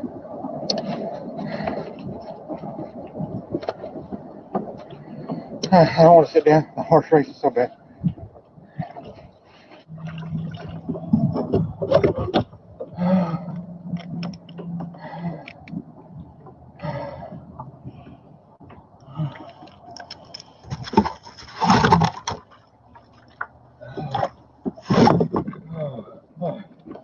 I'll call you back. I don't want my phone to die. It's on 5%. I don't even know where I was walking. I couldn't see. I think I was walking in circles around this big lake in the mud. I just walked until I just fully collapsed. I kept falling down, just get stuck or just take me forever to get my leg back up. But I was finally just sitting back in my kayak contemplating what the heck did I get myself into. And I seen fireworks going off, and I knew most likely fireworks on a Saturday night is going to be from the beach. That told me what direction I needed to start heading. I didn't care what part of this 100-mile beach it took me to, but you get to the beach on a Saturday night, you're gonna find help. And so I just started walking. I don't even know where I was getting energy anymore. Just walking when I could. Every once in a while, I get enough water to paddle for a while and walk for a while. And then as I was heading towards the fireworks, luckily the fireworks were sending me in the exact right direction I needed to be going the whole time. But as I was trying to head to these fireworks, I see headlights way off shining across the bay, and I didn't know for sure if that was my wife, who that was. I knew that was a person, and didn't really care who it was. I was just going to try to get to him. So that gave me an extra little boost of energy from I don't know where. Doing a lot of praying, I can tell you that. But and you're probably thinking this whole time, dude, just stop and wait for high tide. But at this point, I mean, I honestly thought I was having a heart attack. I wasn't in my right frame of mind. Stopping wasn't even an option. It was bad. When you get that exhausted, that dehydrated, you just can't even. I wasn't dealing with a full deck anymore. Not that I was ever, but I did not want to stay there. Trying to push myself to keep going. But long story short, I went to them headlights, and that was my wife's headlights. How she found my truck, I don't know. Actually, my 9-year-old daughter found the truck. They were driving up and down the highway. Somehow, she seen my truck off in the dark over there and told my wife, hey, there's Daddy's truck. Man, when I got to my truck, I couldn't even lift my kayak to put it in the truck. I couldn't even remember. I couldn't even function. I couldn't even get out of the kayak again. I couldn't drive. I just hit the bank and laid in my truck for a while. Man, my body was pushed beyond its limits. But yeah, that could have got really bad.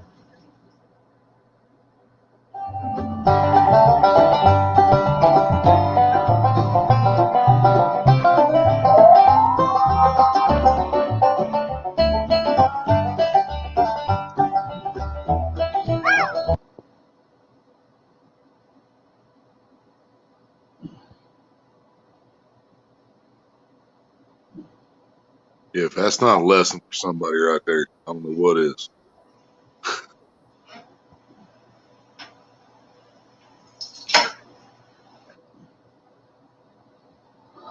That's what you call Won't be doing scary. that shit again.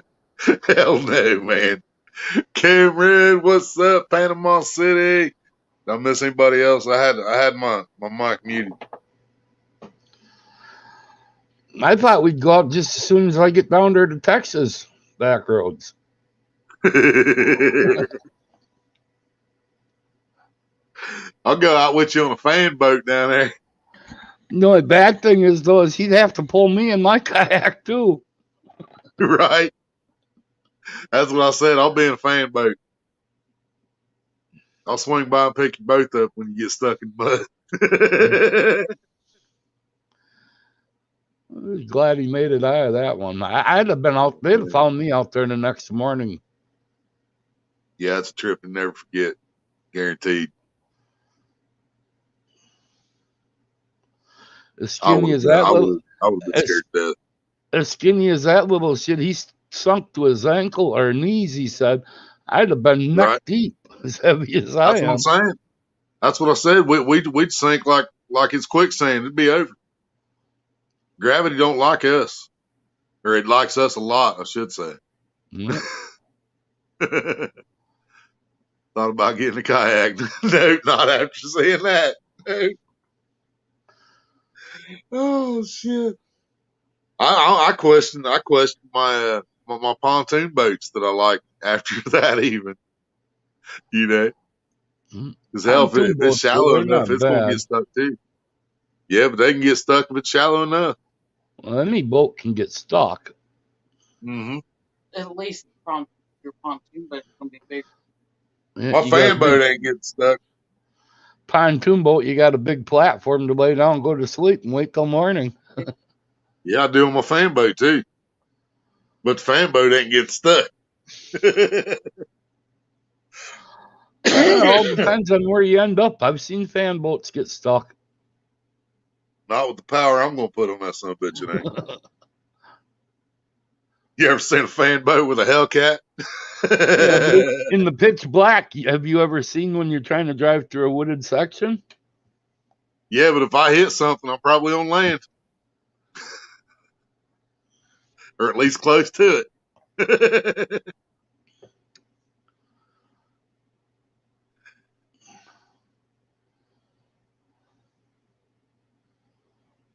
Fish your whole life and feel invincible in water.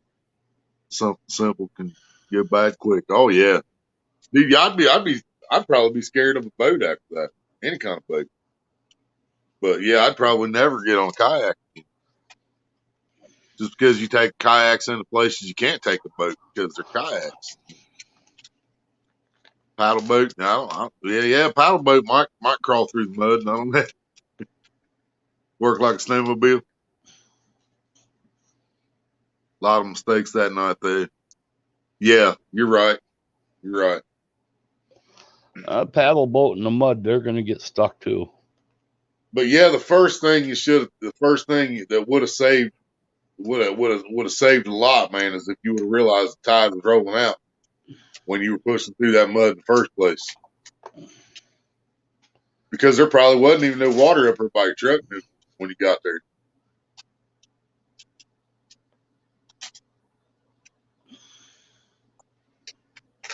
As shallow as that was when you launched it was probably dried up. It probably completely ran out from up there. It looked like a beach mud.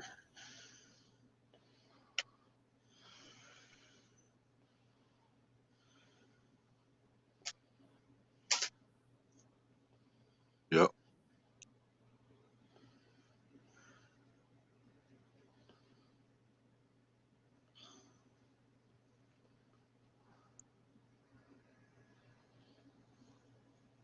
Right, Sabrina? Out there where he was, you never know where the gators or the snakes or anything else Yep. are in that dark. It was dry 50 yards out. All that water ran out. Yeah, I would if I'd have felt the tide pulling me out toward deep water anyway, I'd have been nope, we out of here. Kayak, bye bye. I got my poles. I'll see you later. I'm grabbing my And see, poles that's and one thing he did let the think kayak smart go. on was he knew if he would have let that kayak Mm-hmm. go, I'm he talking wouldn't have had a about. way to rest. I'm talking about when he's long. Mm.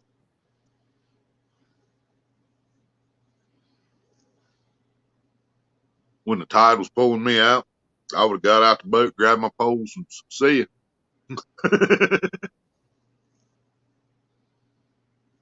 But I'm not getting in. I'm not getting in the ocean by myself anyway. No, that ain't happening. We said it's a lake, but still.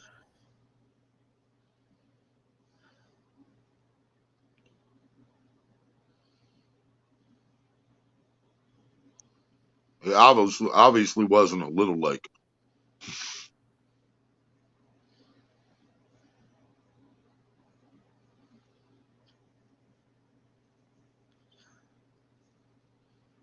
Well, I'm going to hop back down into chat. All right, brother. Thank you, man. Yep.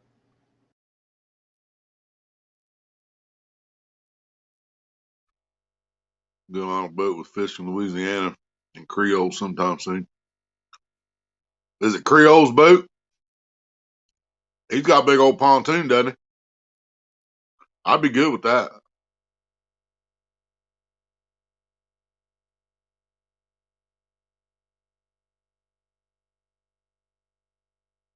Right? No, man. Dude, I can't imagine doing what Stan 3 and Justin from Kayak Catfishing.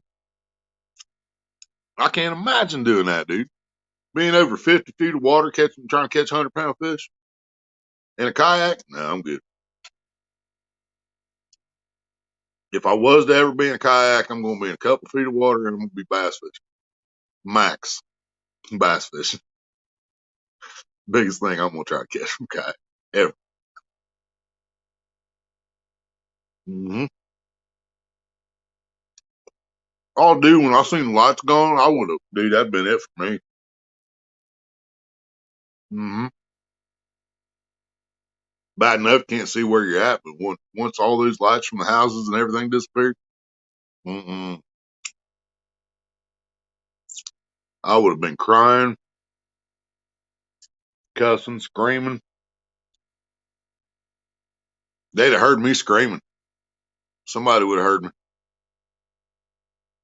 They'd be on the beach over there partying and be like, hey, y'all hear something? Shh. Hey, motherfuckers! I need help! They'd hear me. Fuck. I can blame them. By the time the cop gets here, he ain't gonna hear nothing. So he's gonna be like, I don't know what you're talking about. Even a 3-pound bass pull a kayak around. Right? That's what I'm saying. I can't, man, that's just nuts. Kayak fish the river and I just won't do it. Too dang, yeah, it's nuts, man, watching them guys out there. I told him, I was like, man, hunt, nothing but respect for you, man. But there's no way you gonna get me out there to kayak fishing for monster catfish. It's like fishing while sitting on a log. No, I can fish while sitting on a log, but I can't fish while sitting in a log. They both have a boat. They both have kayaks. Yeah, see, smart guys right there. One of the few things me and Palmetto agree on. I do like his boat. Yeah, I would have. Yeah, I would have went straight panic mode, dude. When I couldn't see no light. Can't trust the currents here in Bayou, Lake, or Gulf. Right? Yeah, you never know when tide's gonna get in or out, do you? The rivers and stuff here, they can usually time it. But had some folks asked to kayak. Oh yeah, the Red Devil. Dang it. Have you seen the video of a guy in a kayak fending off a shark? that kept attacking his kayak using his paddle? Yeah, I believe I did actually. Not while that log's floating, right, Mike? Yeah, that's like sitting in a log while it's floating. Yeah, I'll pass. Ty can drag your butt out pretty fast without a motor. Oh yeah. Yeah, that's another thing. You can't put a motor on a kayak. You are the motor on a kayak. That doesn't work for me. I'm lazy, out of shape, smoke too many cigarettes, overweight. Yeah, not a very good motor. It was once a strong motor, but it's still only a strong motor for a short amount of time. Yeah. Now it's a strong motor for a lot shorter amount.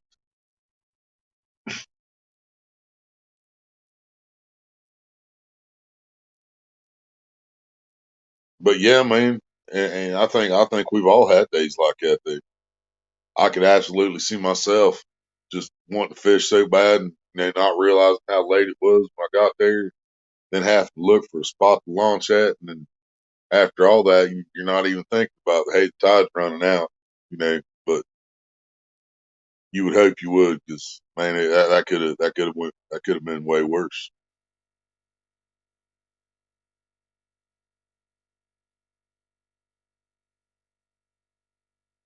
Rather not feel like a kernel of corn on a turd in a toilet.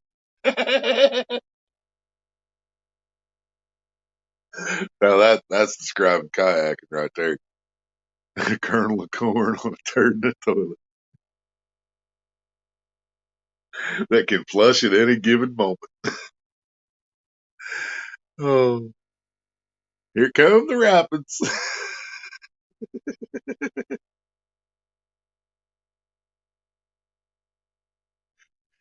Oh, you seen people kayaking rapids? That's as crazy as big catfish from kayak.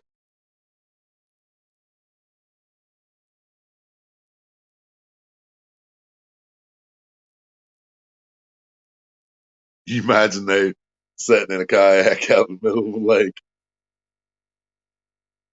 and you hear a sound like somebody pushing the handle down on a toilet, and all of a sudden your boat just starts spinning.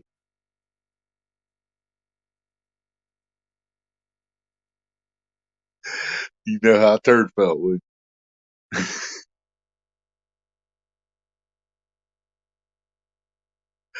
you go down screaming, "Turds lives matter!"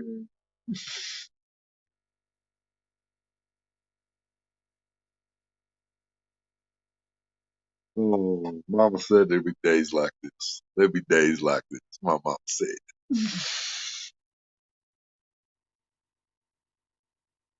And see, and that's something else I would have said backwards. I've been like, y'all feel like I'm walking in 2 feet of shit. McDonald's soft serve ice cream shit. This ain't no mud. I'd have been cussing and bitching and moaning. I probably wouldn't have been able to put the video out. I'd have been a little bitch. Y'all would have seen Big Willie be turn into a little bitch in that situation. Way worse. I would have handled it way worse than what you did. Oh, I'd probably still be floating around the fucking ocean somewhere.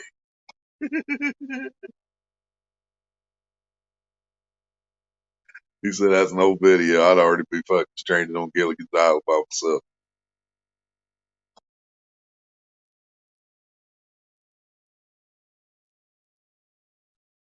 95% of it was usable.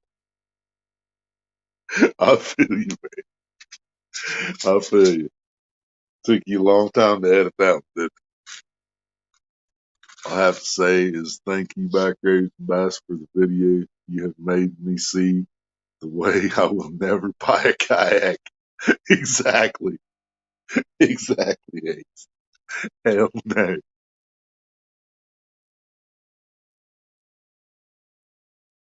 Oh.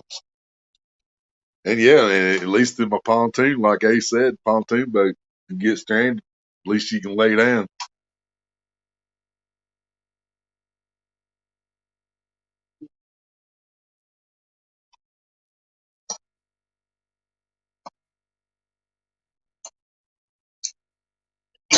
That it may have someone in the future, or at least cause them to think bank fishing, right?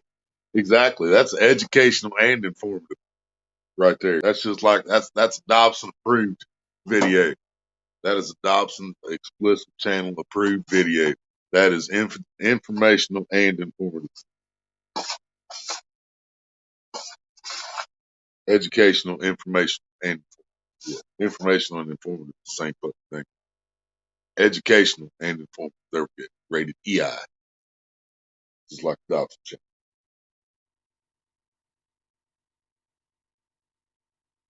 channel. Yeah.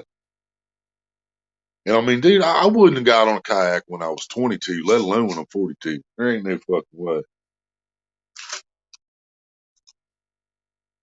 I have a 100% respect for y'all that do, but I ain't doing it. I like standing on the bank. Panama, all right, thank you, Panama. Take care.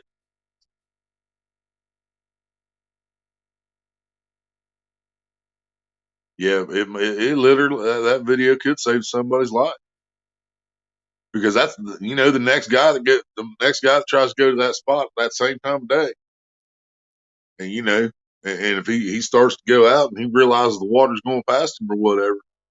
Hey, wait a minute. Remember that YouTube video I watched? Oh yeah, I think I'll get back to the truck. I think we'll find another spot fishing the bank tonight. Wouldn't tell the grandson we are in learning mode now. I would tell the grandson we're in learning mode now. Yep. Pay attention to what this guy is saying. Yeah. Yep. This is very, very useful video.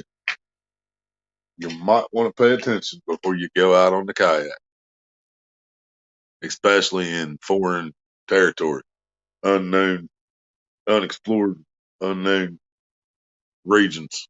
You know,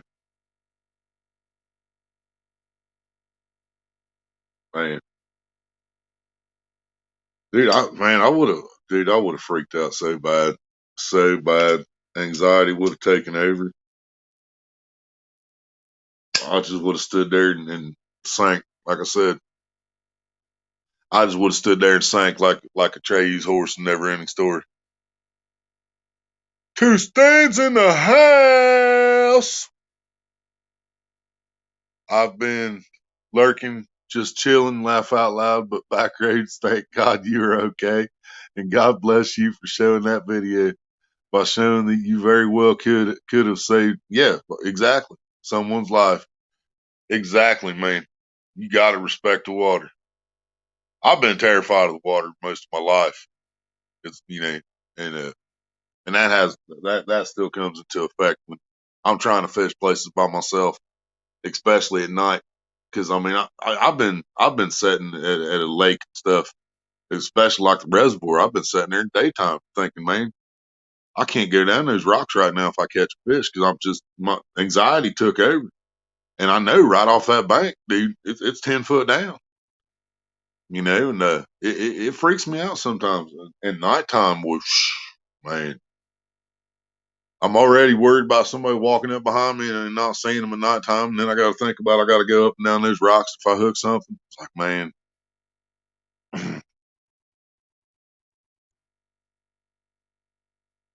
he said, I damn sure show you what not to do.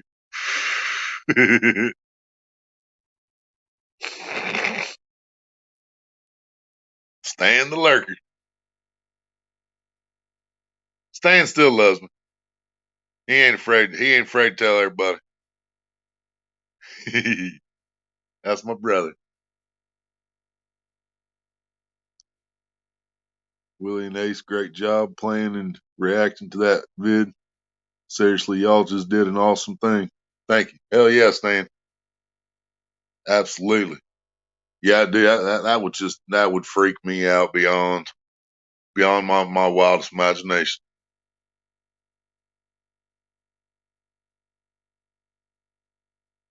Now back roads can slap them with a copyright claim and get paid. Yeah, you can. You can copyright me. I don't care. Everybody else does. I'll take it. I'll even monetize this live stream so you can. You make a little more money. I'll put all the ads on. Yeah, we'll clip that part and just load it up with ads.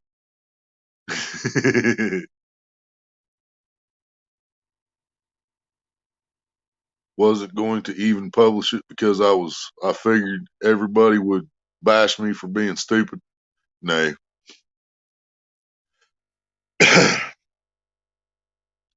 Bash me for being stupid. It's easy to spot mistakes when you ain't out. Exactly, when it's not you there. Because dude, that's what I'm saying. That's why I completely understand. I get just trying to load up to go to the reservoir or the park in town, man.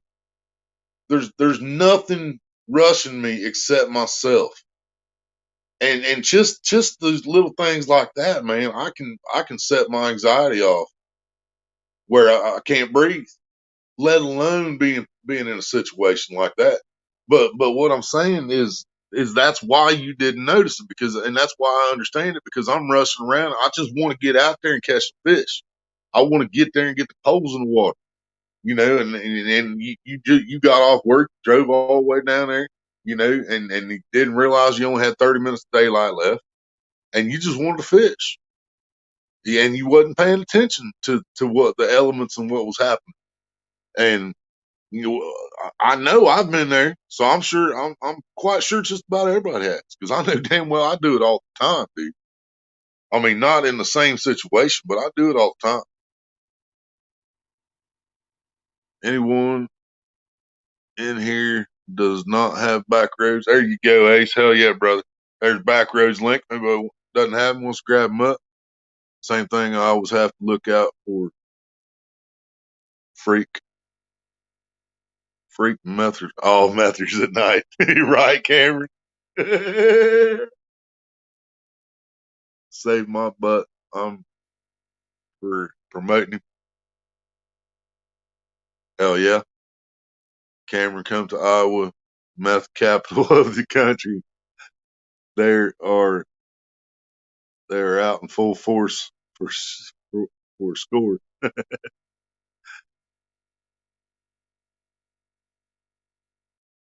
Oh, I'm gonna share. Yeah, I'm gonna share that on my channel as soon as I think everybody should share that out and share it out everywhere.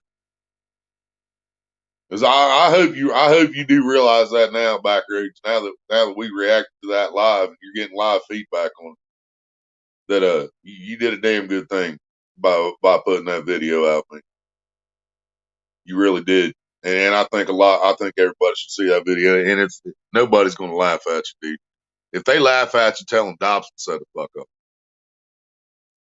Tell them to come to my channel. You can drop my if somebody starts shit, just drop my channel link. So take it up with him.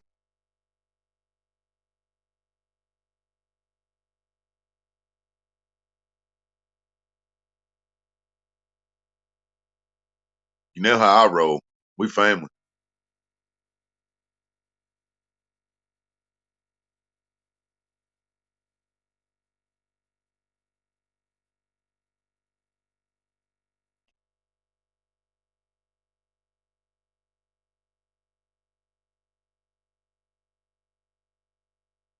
Feel you. New Mexico is pretty bad too. Property crimes run rapid. Damn. Yeah, absolutely back rage. I don't think anybody's gonna laugh, and if they do, send them on over.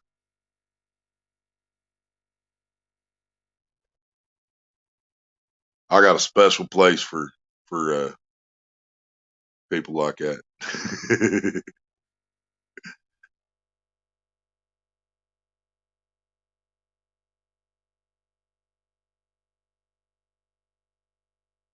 And we got 11 people in here. It was just 12 seconds ago. Almost 2 o'clock in the morning.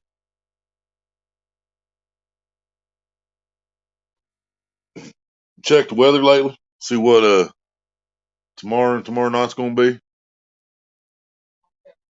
The only thing I'm concerned about really is temperature and wind. I could really care less if it's raining or not.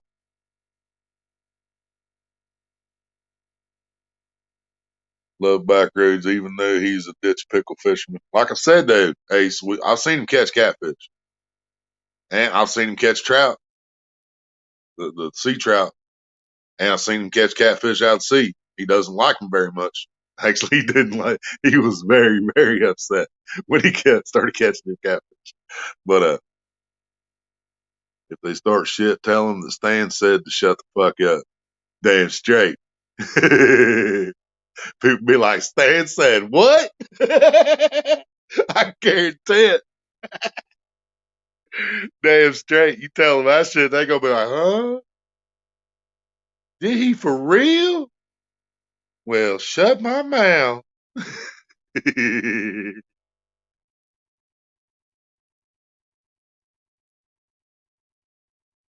Stan used one of them symbols. What symbol is that? She's probably checking weather right now. Oh yeah, man. We usually got good people in here back roads. I'm the only one that's hated.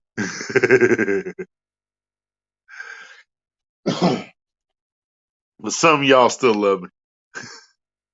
And some of the hate I do bring on myself. I know this. I'm not completely stupid. I know this. But some some of it's just because I'm too real for some people.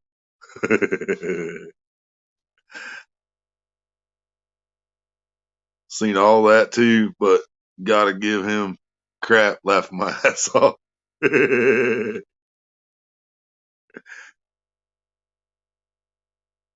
By the way, hey, says thanks, Doc, Maria, love.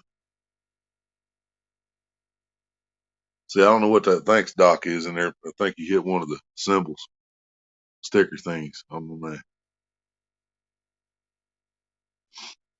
Well, don't everybody talk at once now. Jeez.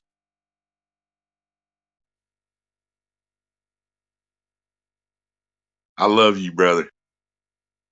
Damn straight. So hated Mike's twin has me blocked. Laugh out loud. Ace, you have no idea what hated feels like. You might be disliked by some people. You might even be disliked by a lot of people. But you're not hated like Willie is. Believe me. So you just put it in. What'd you put in? What is that?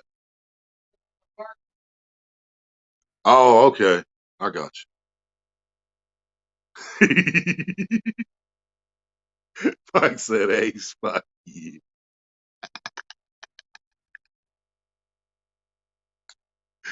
Oh, goodness.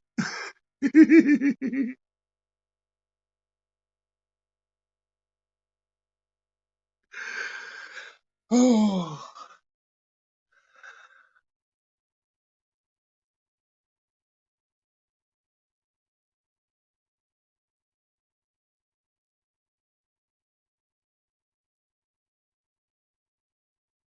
I can do all kinds of things with a snatch a hat.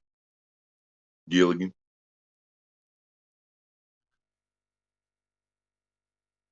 Oh, what would this be? Indiana James?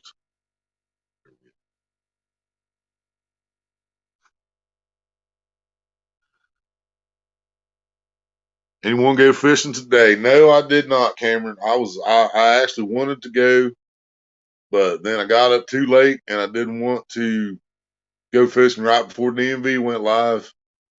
And then DMV changed its time. And then it was raining, and by the time I got up there, it would have been dark, so I just put it off. But temperature still ain't great. It's been raining all day, which I wasn't worried about that. I catch fish in the rain. Um, I was gonna take the tarp up, set it up uh, for a rain blocker,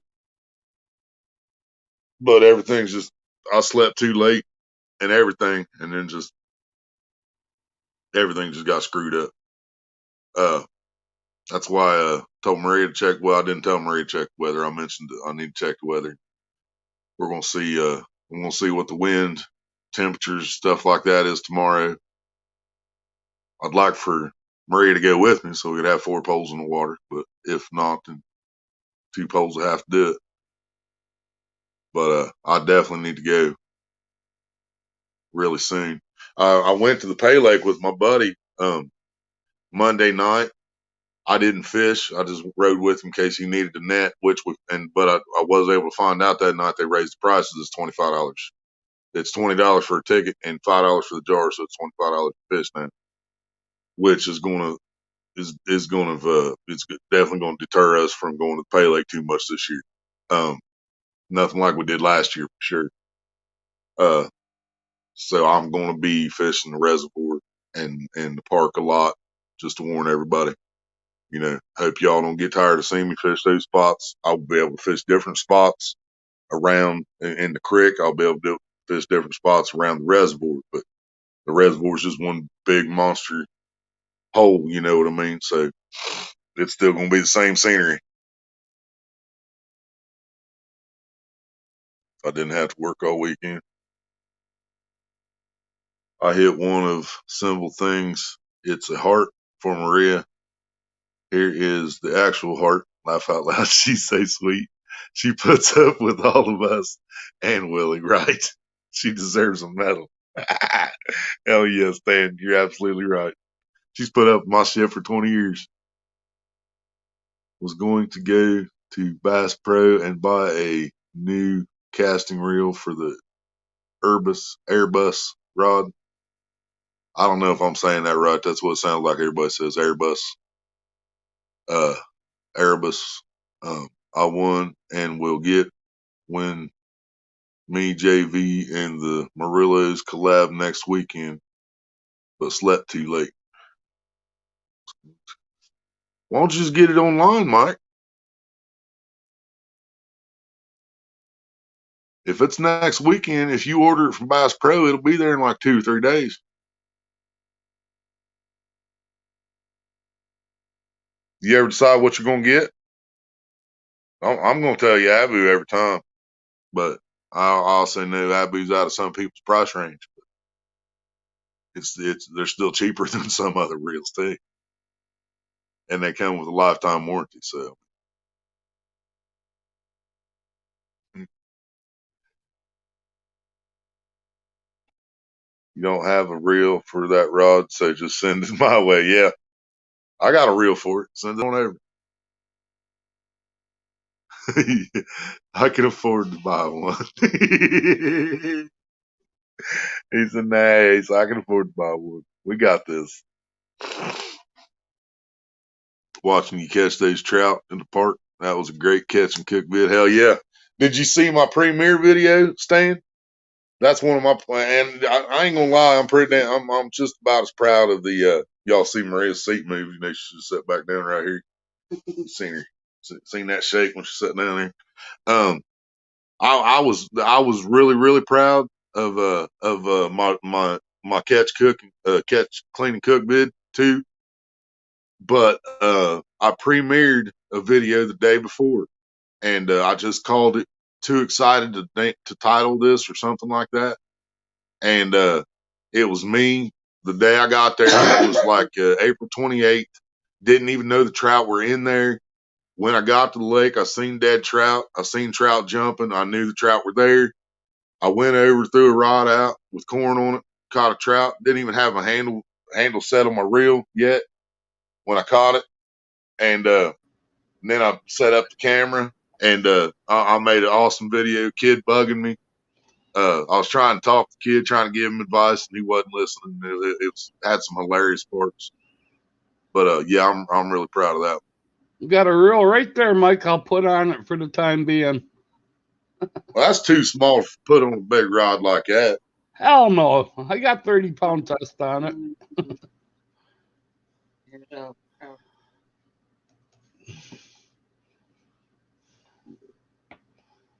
It stops around those hours. Yeah, them Akuma Classics are really nice reels, Mike, and you can pick them up at Walmart for $59.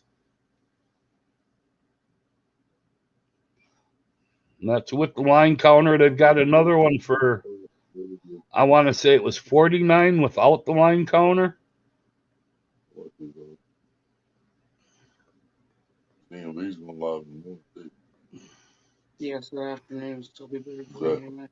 It'll be warmer. I mean, the chances pick back up a little bit, but This is don't the new actually one I show just anything. picked up for frog fishing But that's going to be for your high bass. point So of the day. When do two? Gonna do it after that. Even. That's only 4 hours after DMV gets live, so we probably still be like.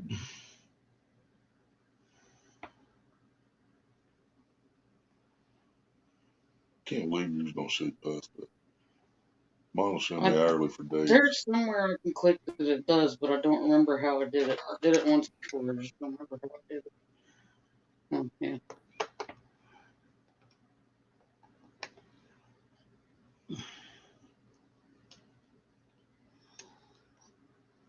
this is it.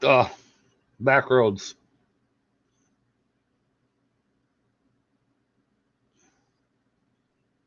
Like that quick. Mm-hmm. It's a 7.2 to 1 gear ratio.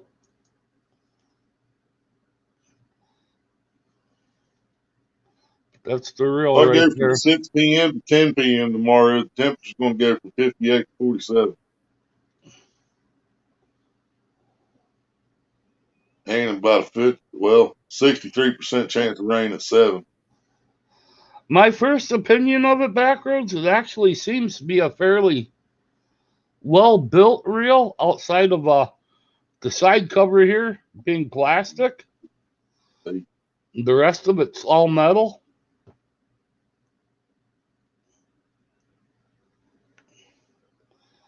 And everything on it clicks as you turn it too, so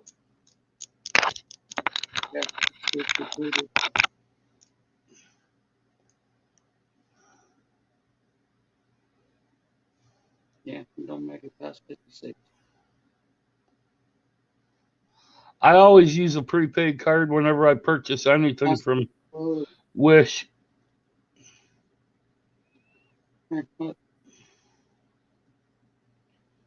59, 20, 57, 58, 57, and then I'll find 60. Yeah, I can't wait that. I put it on my Berry Pro rod the other day, Backroads, and took it out back and casting it out here in the field out back, and it casts real smooth. Reels in real nice. Old school probably missed you. Good night, brother. Just not seeing you. You're a messenger.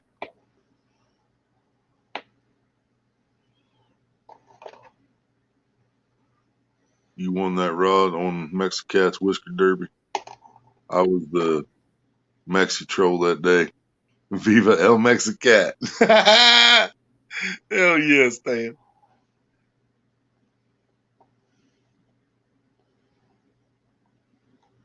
Rover 60, thinking about the Akuma Classic. He showed me the other day. Backwards is asking, are you in part of Ohio about to get swarmed with cicadas? I don't know. What part of Ohio is about to get swarmed with cicadas? I don't watch the news. Where are they supposed to be at? It wouldn't surprise me. I kind of hope so. I'll be slamming some bass and catfish. That's the Akuma that I showed Mike the other day.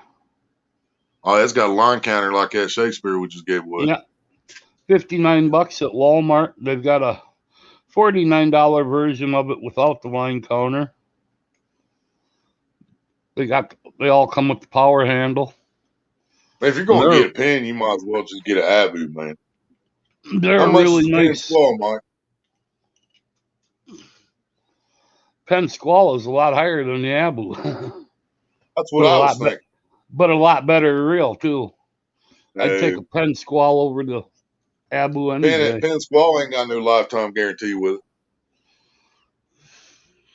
Them things are made out of plastic. How's it going to be better than that? They ain't all made out of plastic. Every pen I've seen's got plastic on it.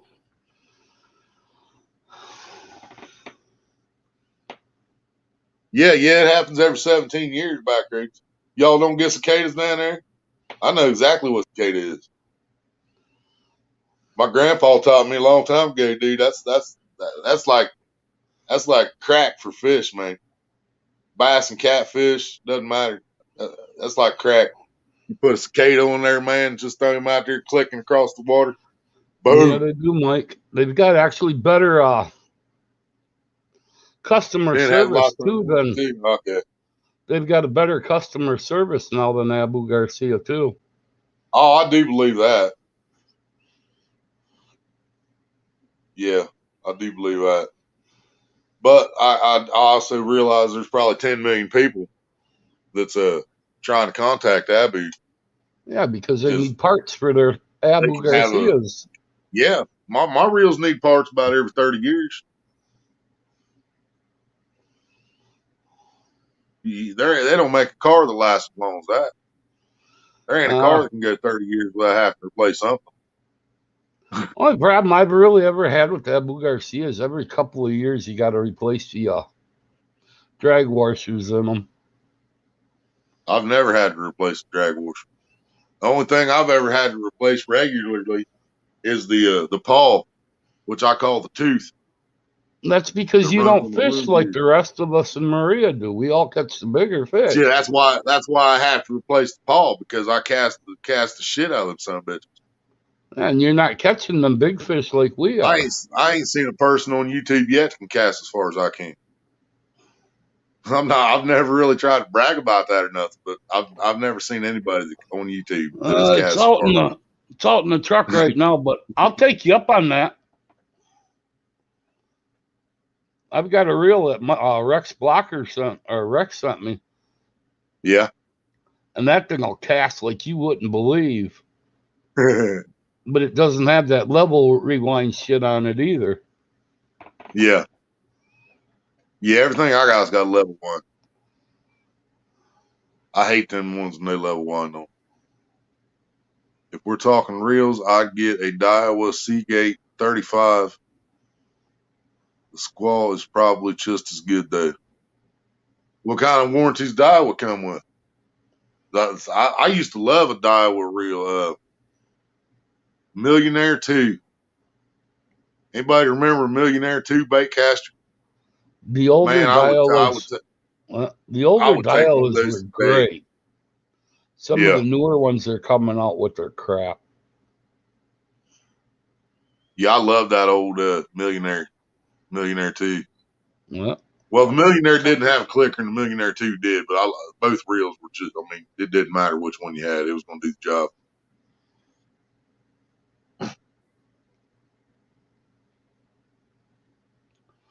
Now Not like Luz, they're that. coming out We with don't. some really nice They're reels talking now about too. 350 cicadas every square yard in parts of Ohio. I bet they do make good fish. But yeah, we'll probably see them. I don't know how thick they'll be here, but we'll probably see them. We don't have big wooded areas around us. Deadpool. But there's something that just comes up out of the ground anyway, and I've wondered for years if the farming doesn't have something to do with slowing them down. Like if they plant their eggs or whatever in the wrong spot and plow runs over, they're still gonna have cicadas. You know what I mean? But I don't know. Deadpool, what's up?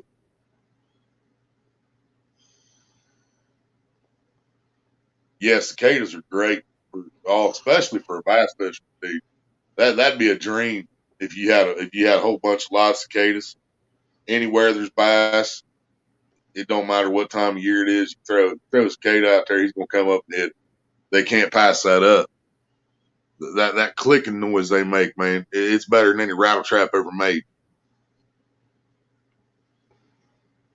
Right, trapping in the house. What's up? What's up? Hey, Kyle. Yeah, we did do an unboxing of Ace's package on here, but it was like 2 hours ago or so. Yeah, we just been talking all kinds of stuff since then. We had the cicada hatch here a couple years ago. I hooked the cicada on with just a hook, cast it out. Well, it started flying off, so I yanked it.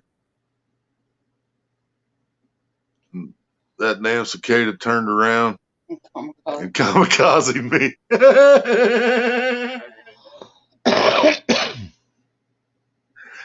Oh, goodness.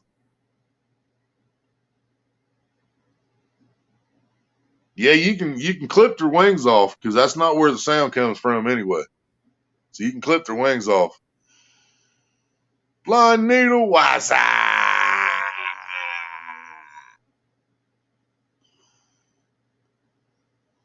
Now, Cast King, they put out some good reels too, and believe it or not, they actually got a hold of me just a short while back. So The back rows take it, members of Millionaires, they were take good it for with a bass and grain of catfish. salt, but they may end up sending me a few reels to try out. Hell yeah. Yeah, I tell you what, them Millionaires, they can go either way. You can bass fish with them, put small line on them, or you can put a 30-pound test on them, catfish with them.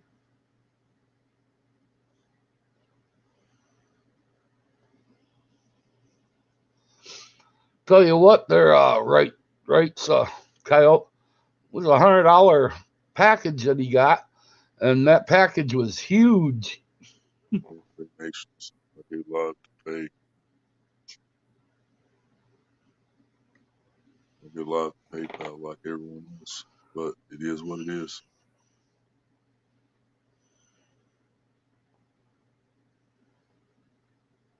Yeah, I know what you're saying, Mike.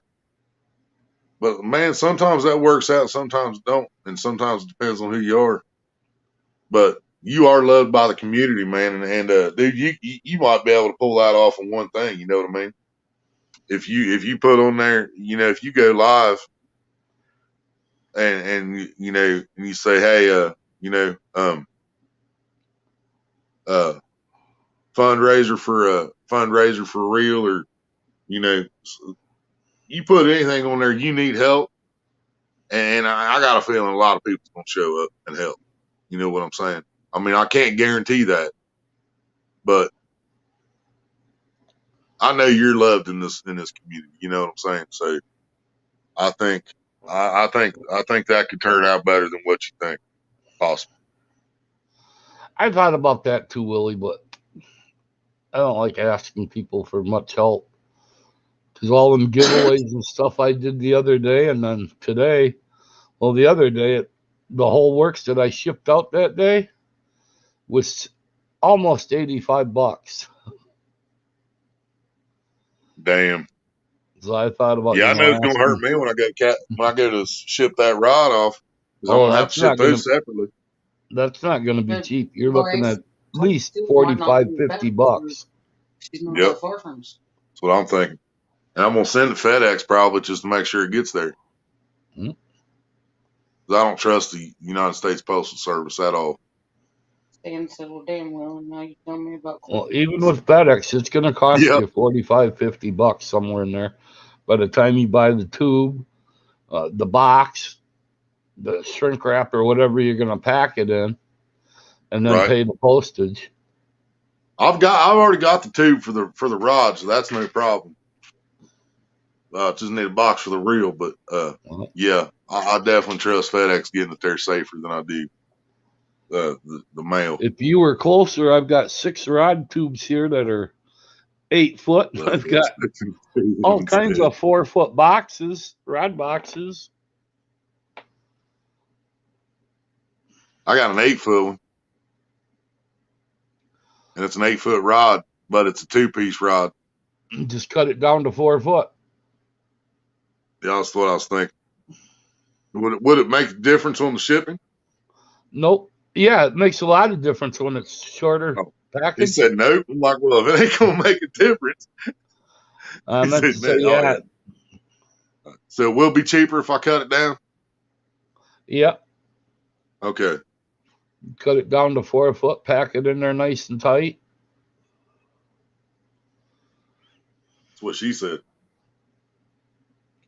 Then it'll only cost you like maybe $10 to ship it. $100 to mail a rod from Florida to Washington. That's because it was an Damn. 8 foot. That's because it $100. was an 8 foot rod.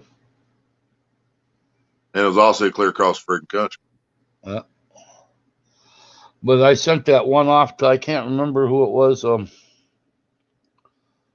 When I did that rod giveaway, and just to ship it was Oh, only that like blind needle. $11. But then the tube and shrink bubble wrap stuff is what added up to it. Yeah.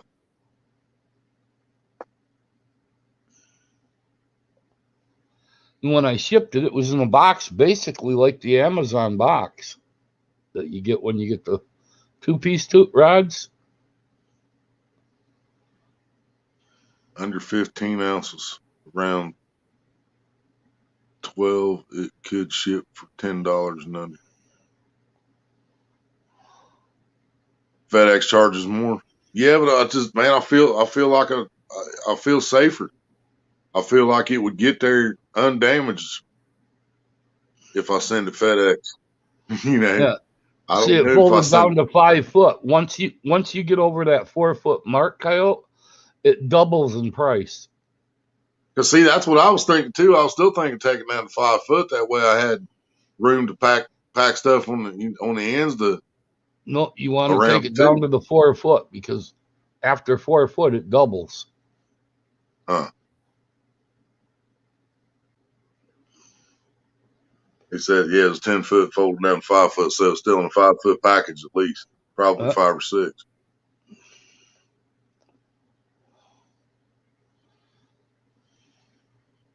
Yeah, the U.S. Postal Service has let me down a lot lately, Blind Needle.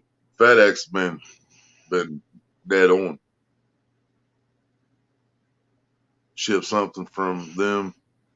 FedEx cost me $22 to ship a plastic cat bowl. Wow.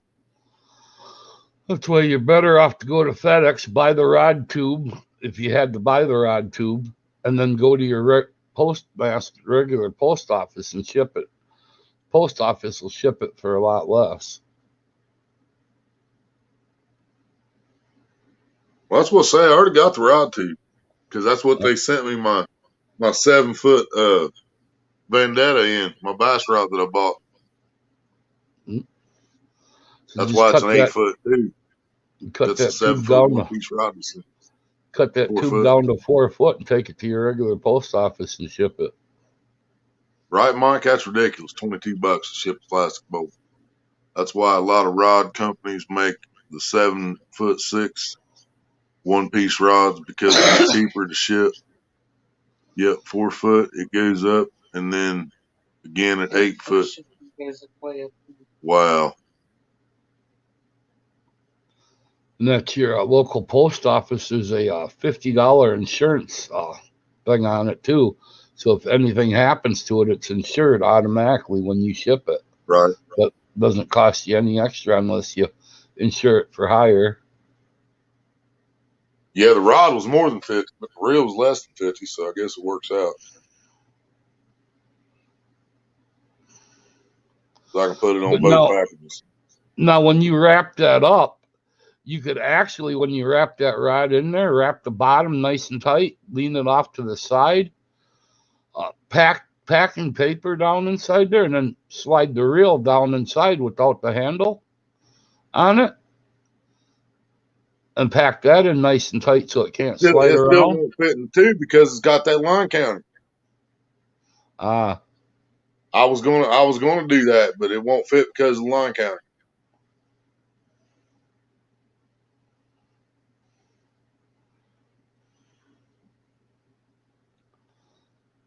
Well, that sucks. Then So you're I'll have shipping to it in a separate box. put it in a separate box.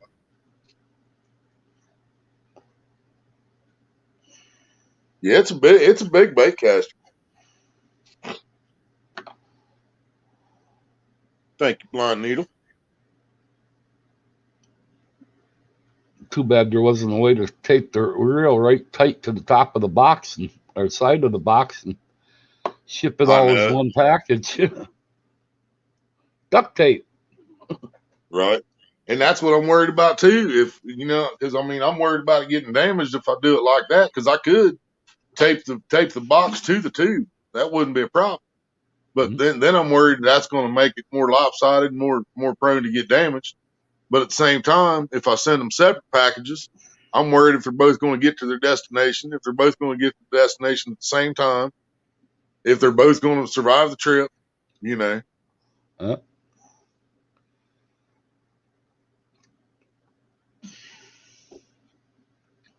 well, you seen how I shipped that box today to you.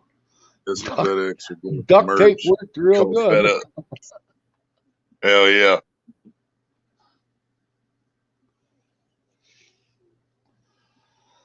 Of course, I did go the other day with all them packages that I shipped out and bought the regular shipping tape. Yeah. Yeah, I've always got some of that later Ed, usually. But I'm just going to tape your address right here to my screen. That way, every time I do a giveaway, I've got it hanging right there because it seems like Maria is always winning them. Right. That was fucked up, man. Yeah, you came up here to do 2 giveaways, you won them both. And we just got a package from you today, yesterday now. But I just shipped out. We are in. Shipped one out to Kelly Bullock too. We're in what most people call Ohio. Central, Southern, kinda, yeah. South Central. West, South Central. Southwest Central. Yeah, we in like Southwest Central, Ohio.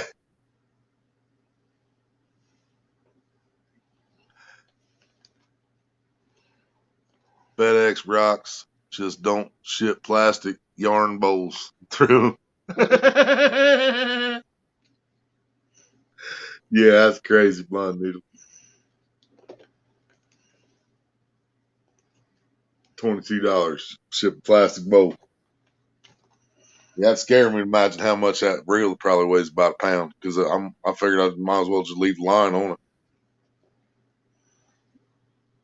It's brand new 20-pound fluorocarbon.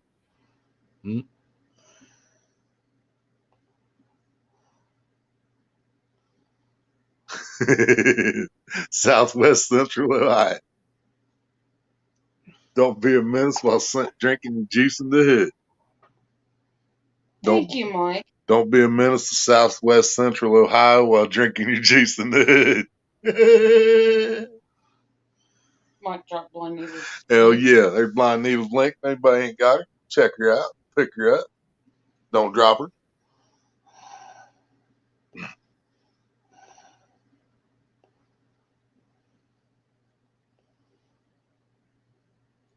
That's what's scary when you're a big guy and you get picked up. You're scared they're going to drop you. That hurts big. You get dropped.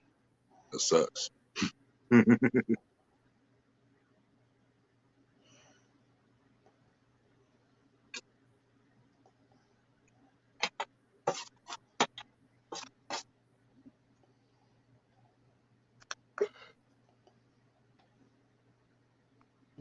Yeah. Well, I've hit 3 hours. I haven't hold my face so far tonight. That's a plus.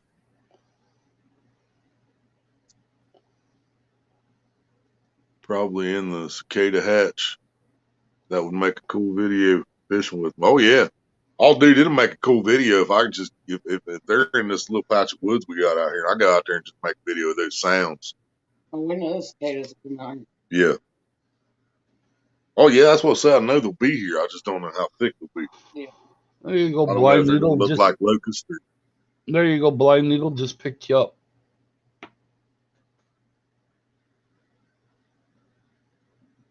Yeah, if I can just get that sound in a video, man. y'all be like, what the hell? But yeah, you throw one of them clickers out there on the water, boy, it's bam.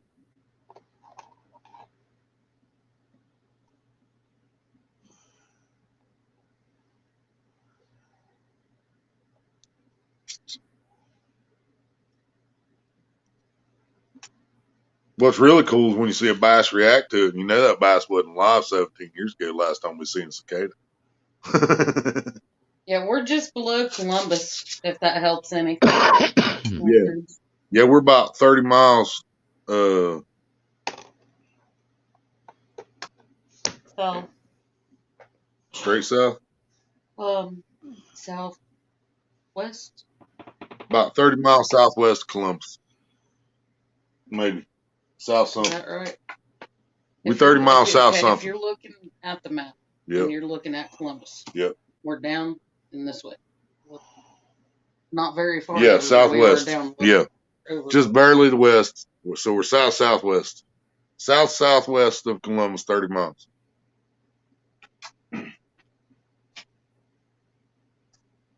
Not Columbus, Georgia.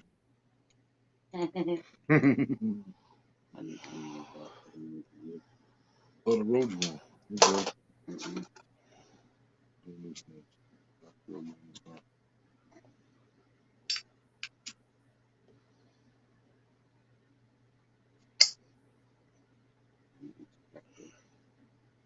Yeah, I seen the first one when I was I was young. I know it was before I was 12, maybe before I was 10.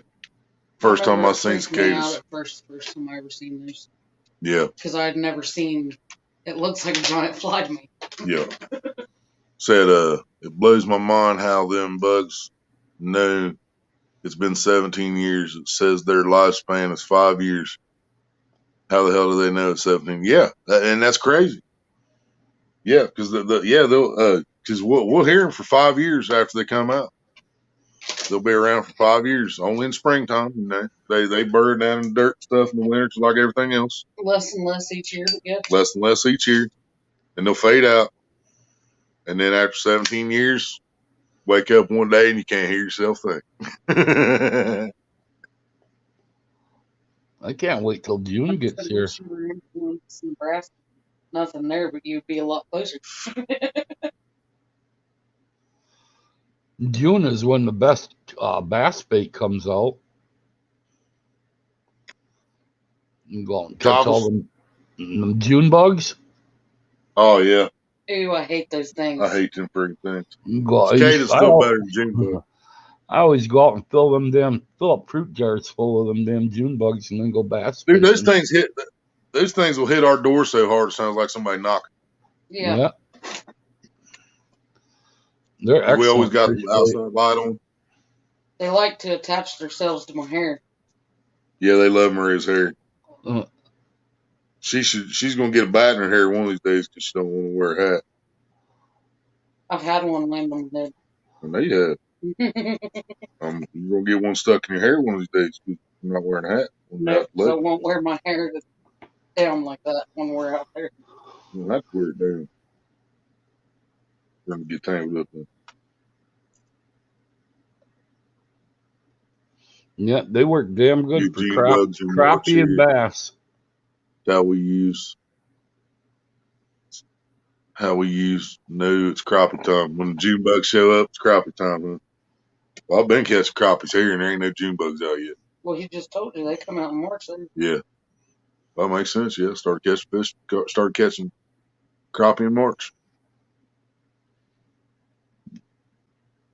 Caught a lot of them in April though.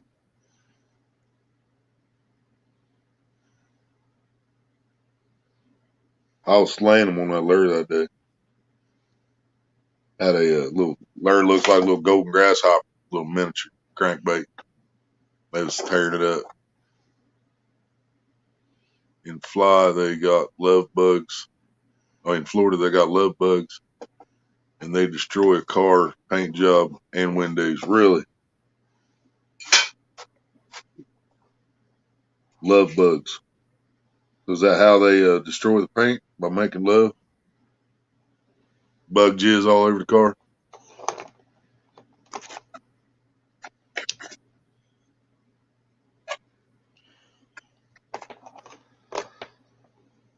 Bugs just got a big old car, screwed the paint job clean up, and windows. I only know two love bugs in Florida, and that's Francis and Curtis.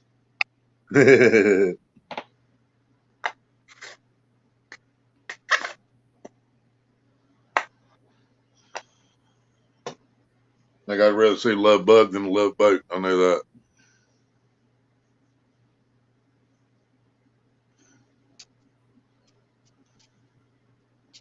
And love bugs probably stay in Love Shack. It's a itty bitty place where they can get together. Yeah, he just sold one of his love shacks. Oh yeah.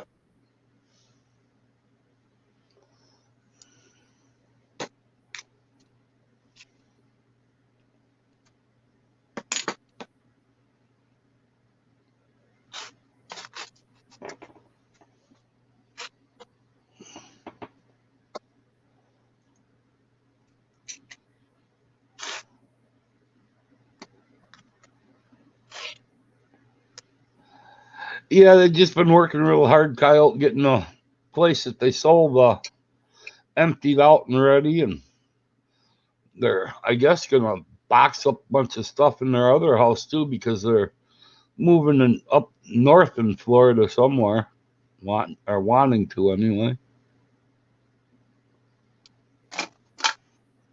They were live last night for a little while.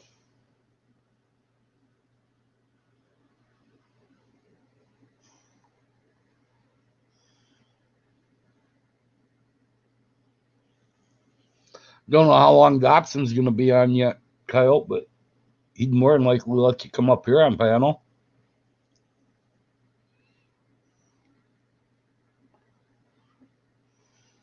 Yeah, I'm still sitting here trying to decide whether I'm going fishing or not. More day later this afternoon. Well, you may as well. That way I got something to watch while I'm sitting here tomorrow tying jigs. Yeah, I know I need to go fishing.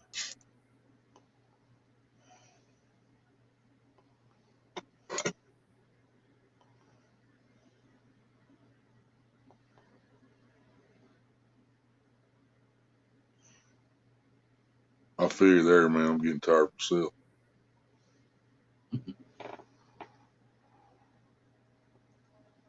This might put me to sleep.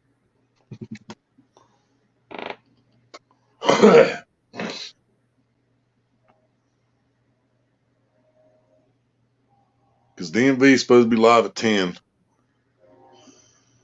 So at 4 o'clock will be 6 hours for him. He'll probably go longer than that. But I ain't trying to go over him too much.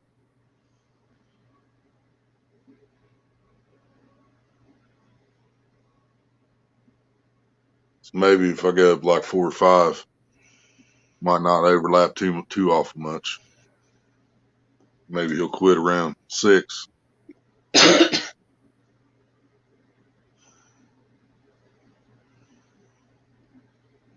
I go live at 4, it'd be only 2 hours if he shuts down at 6. If I go live at 5, it'll only be an hour if he shuts down at 6. Good night, Backroads. You have a good evening, bud. All right, Backroads. I'm going to share that video out as soon as I shut this down, brother. I'm sure some other people will too. Ones that haven't already. Anyway. Finished the beaver job. That was an hour away from here. Got 3 beavers. Dropped the water 2.5 foot.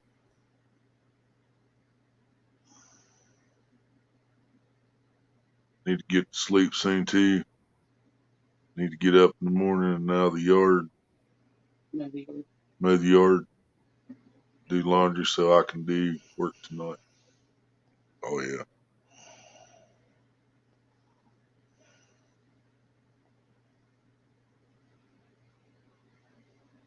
Backroads, I keep forgetting your name's Kevin, but I'm probably just going to always call you Backroads because most of the Kevins I know I don't like, but I like you, so I'm just going to keep calling you Backroads. Kevin's okay, Nothing but I like his other name, Ditch Pickle Boy. personal.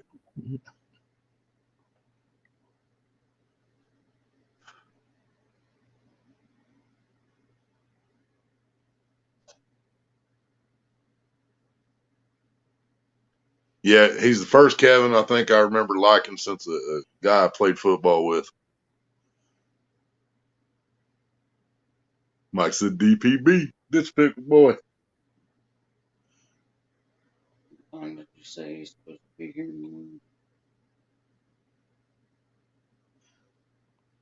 Or did it put time?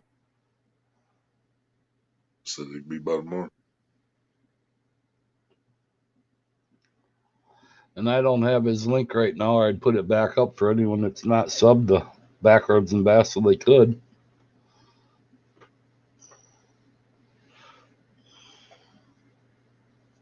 Yeah, we're down to 8 people. If anybody still needs it, Mike, somebody can drop it.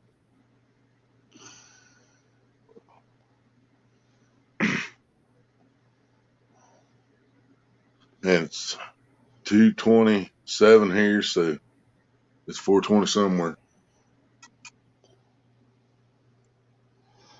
It's only 127 here. It's still 4:20 somewhere.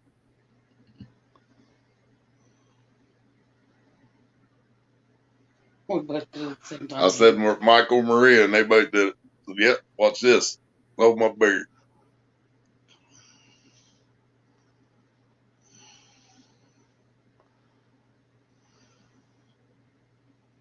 Yeah, Mike's same time as you. Yep. Yep. 2:28 in the morning. Y'all need to fix your clocks. Still, y'all ain't as bad as California, man. They think it's still like 11:30 out there.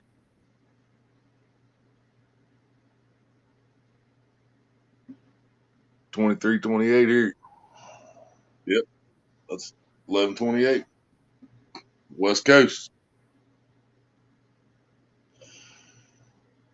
That's what I said. They still think it's yesterday. They really behind.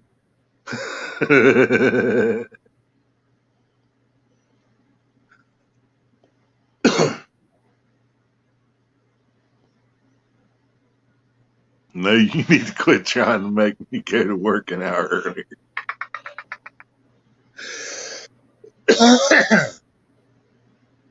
Which it works out great for me because when me and Mike collab, I've got an extra hour to get ready. See, because if he's going live at noon, then I don't have to be there till 1.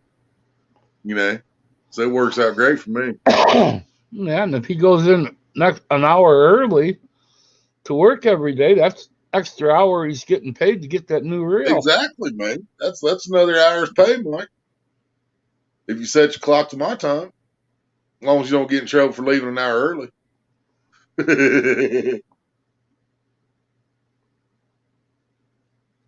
Either way, still would put in the same time. Yeah, either way, you still get paid for the same time.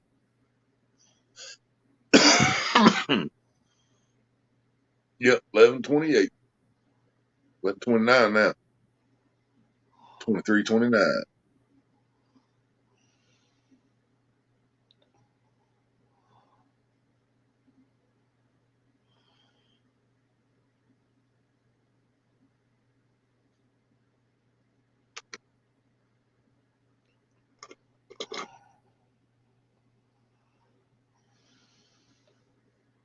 Yeah, I've been anxious to take some of that carp up there to the reservoir, so I probably should just get more. $20 is worth an extra hour. He said. It, man, it is around here. I'll tell you that. Yeah, but you work 5 days a week, Mike. That's $100 every 5 days. Yep.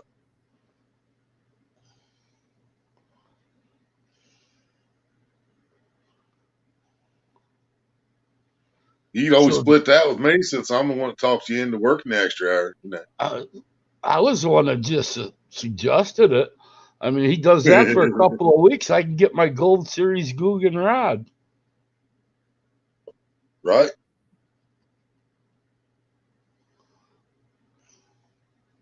he could buy a pen of Daiwa and an Abu in 3 weeks. Mhm. Well, maybe 4, but still. All he's got to do is put that 10 days in so I can get my new rod. I work 4 days one week, 2 days the next week.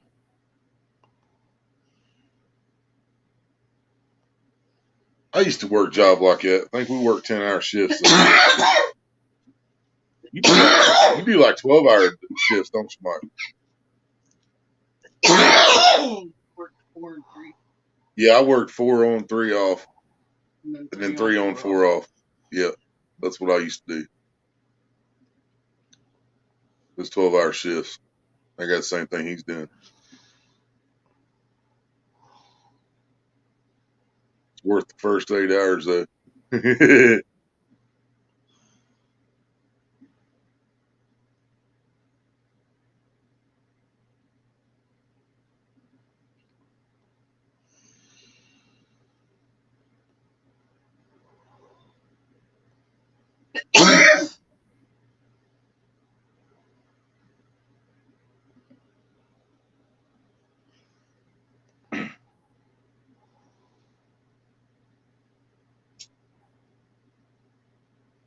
Yep, 12-hour shifts, 2 on, 2 off, and every other weekend.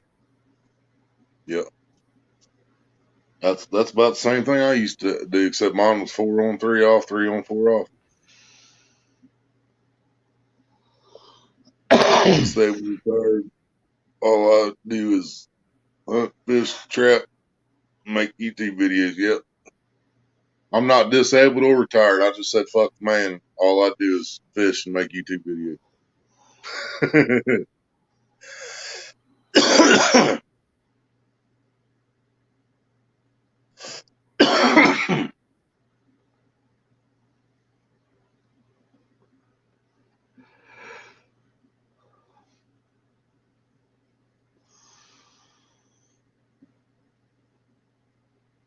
Yeah, I just got tired of making other people money one day, Coyote. I don't have any excuse. Just I got tired of making somebody else money.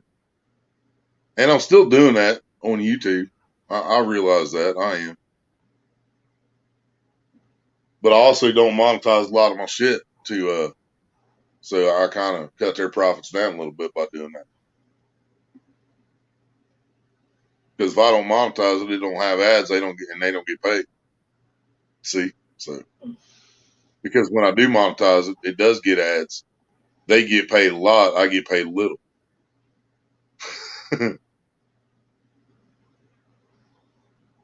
So yeah, I know I'm still working for the man, but I do what we do what we want to do on this job. If we want to go live, we go live. We want to make video, we make video. If we don't want to do nothing that day, we don't do nothing that day. Greatest job in the world. U.S. Navy for 8 years and was in the war. Yep, and I appreciate that, brother. I don't want you to be disrespected by me saying I'm not disabled or retired. I don't mean any disrespect by that at all. My dad served. My dad served. My brother served. My grandpa would have served, but the eyesight in his right eye kept him out. He would have been a professional baseball pitcher too if it wasn't for his eyesight. But yeah, I appreciate and I respect the hell out of you for that, brother. Thank you for your service and your sacrifice. And yeah, my brother served 8 years, and then he got out. My dad served a lot longer than that. He retired from the army.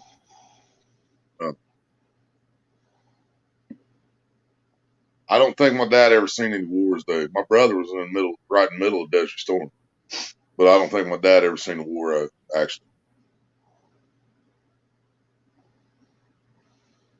But yeah, my brother was right in the middle of Desert Storm, changing tracks on tanks in the middle of the desert. What bombs was going on? Well, I tried to serve, but when I went in, they told me I was overweight and flat-footed and wouldn't Yeah. take me. When I walked in, I tried to join the Marines, and they told me I was too fat, and I told them to go fuck itself.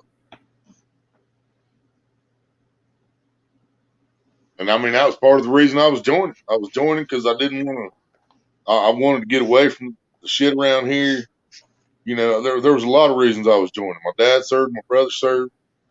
I needed the money. You know, there was a lot of reasons, and I also looked at it like I'm going to lose weight by the time I get through basic training. I'm going to have all this extra weight gone. You know what I mean? And he flat out told me I was too fat. I said, "Yeah, you can go fuck yourself." I would have done longer if I didn't get hurt and med backed out. Yeah. My brother was a different story, man. My brother served 8 years and they told him, they offered him another 8 years and said you'll never have to work again. And he said, "Fuck you, I'm out." He wasn't about to do another 8 years. Worst job I ever had in my entire life was working on the Mississippi on barges. And you start shouldering them cables and jumping from barge to barge, strapping them together. Yeah. Cables are flipping heavy. All it takes Oh, is I guarantee it. one slip, you fall between barges, you're a goner. I guarantee it. You ain't gonna see me doing that.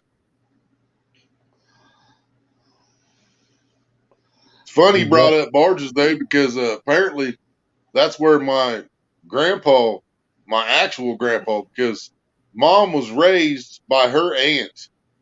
She found out when she was 13 who her real mom was, who she thought was her aunt, because my actual grandma was really young when she had mom, so she let her sister raise mom. And come to find out, my grandpa, my mom's dad, was a guy just passing through on the Ohio River on a barge. And they met up and, you know, spent a few days together and bam, mom happened.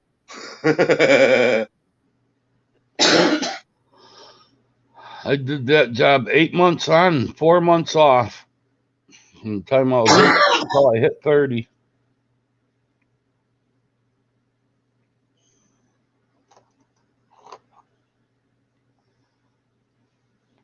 But it was fun. You could sit on the barge and fish.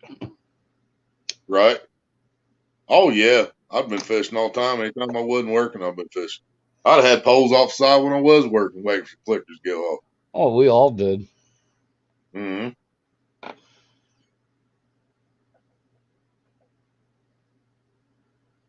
But I have fun hunting and fishing and trapping now and showing others you can still get out and do stuff. Exactly, man. Exactly. Inspire the people that think, you know, I'm hurting. I can't do the things I want to do. Yeah, show people they can still do stuff they want to do. Just have to go about it a different way sometimes. I've actually seen Wright with his blowgun and some of his other play toys. That blowgun, he puts everything in a nice little package on that board. Yep. One guy wouldn't want to piss off and be in front of when he's got that blowgun.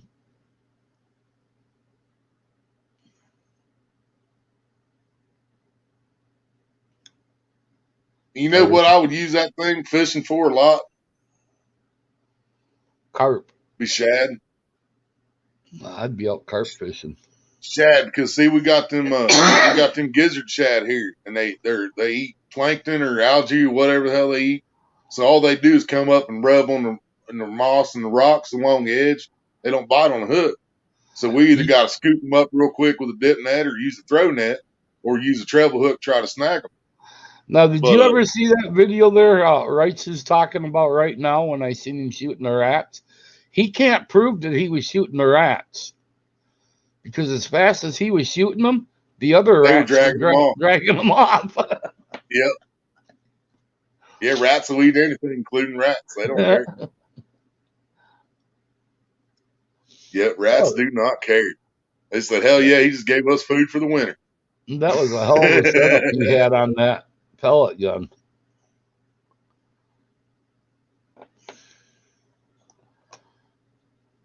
And it wouldn't be so bad about them dragging them off, except they still had the darts in them. Shit, he's even got a slingshot that's got a red dot scope on it. I know. I seen it. Yeah, he pulled that up on there. Yep.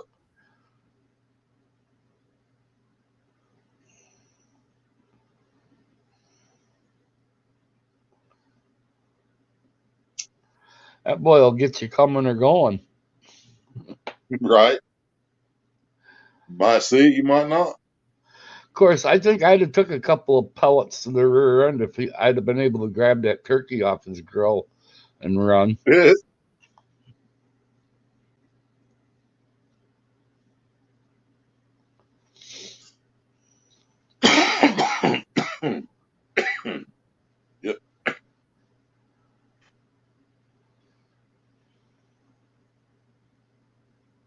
Yeah, I might have left a lot more in that video than back roads did, man. Because I understand, man. I would have, dude. I mean, while I was watching it, I was thinking, man, I couldn't even imagine the anxiety I'd be going through in that same situation. No doubt. They'd have found me out there the next morning. That's what I said. Yep.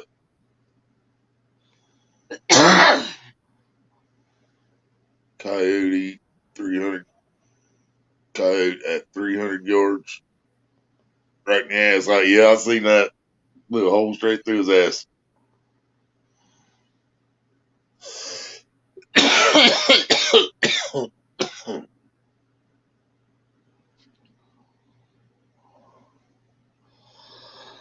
Yeah, but I think I'm going to jump back down into chat. Willie and Yeah, I think Marianne. I'm about a couple minutes from shutting her down anyway, man. All right, you guys have a good rest of the evening. So, hell yeah, man. Thank you very much again, Ace. Yeah, brother. You're more than welcome, guys. And I'll get this other package out to you in the morning, Maria. All right.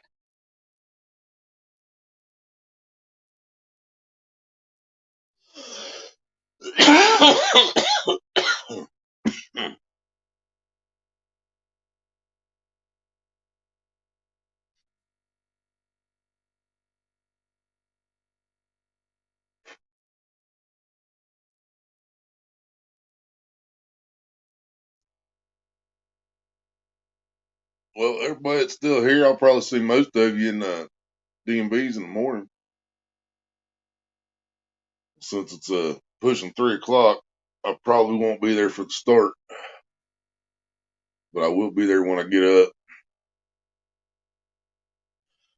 I'm not going to ask him how long he's going to be live because I think that's kind of rude to you. So I'm just going to have to go live toward the end. Hopefully, toward the end of his, I'll try to plan it in my head. Maybe when he might be shutting down, and we'll try to go by that. You might stop in, yeah, you might. I hear you, Mike. I'll see you there. You too, Rights. Coyote. I'll get used to calling Coyote eventually, brother.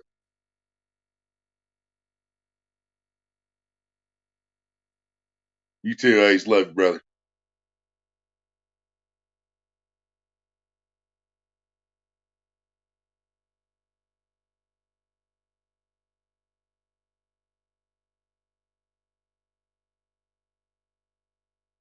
Yeah, we officially hit 3.5 hours. So, love y'all. Thank y'all. And peace out. Bye-bye.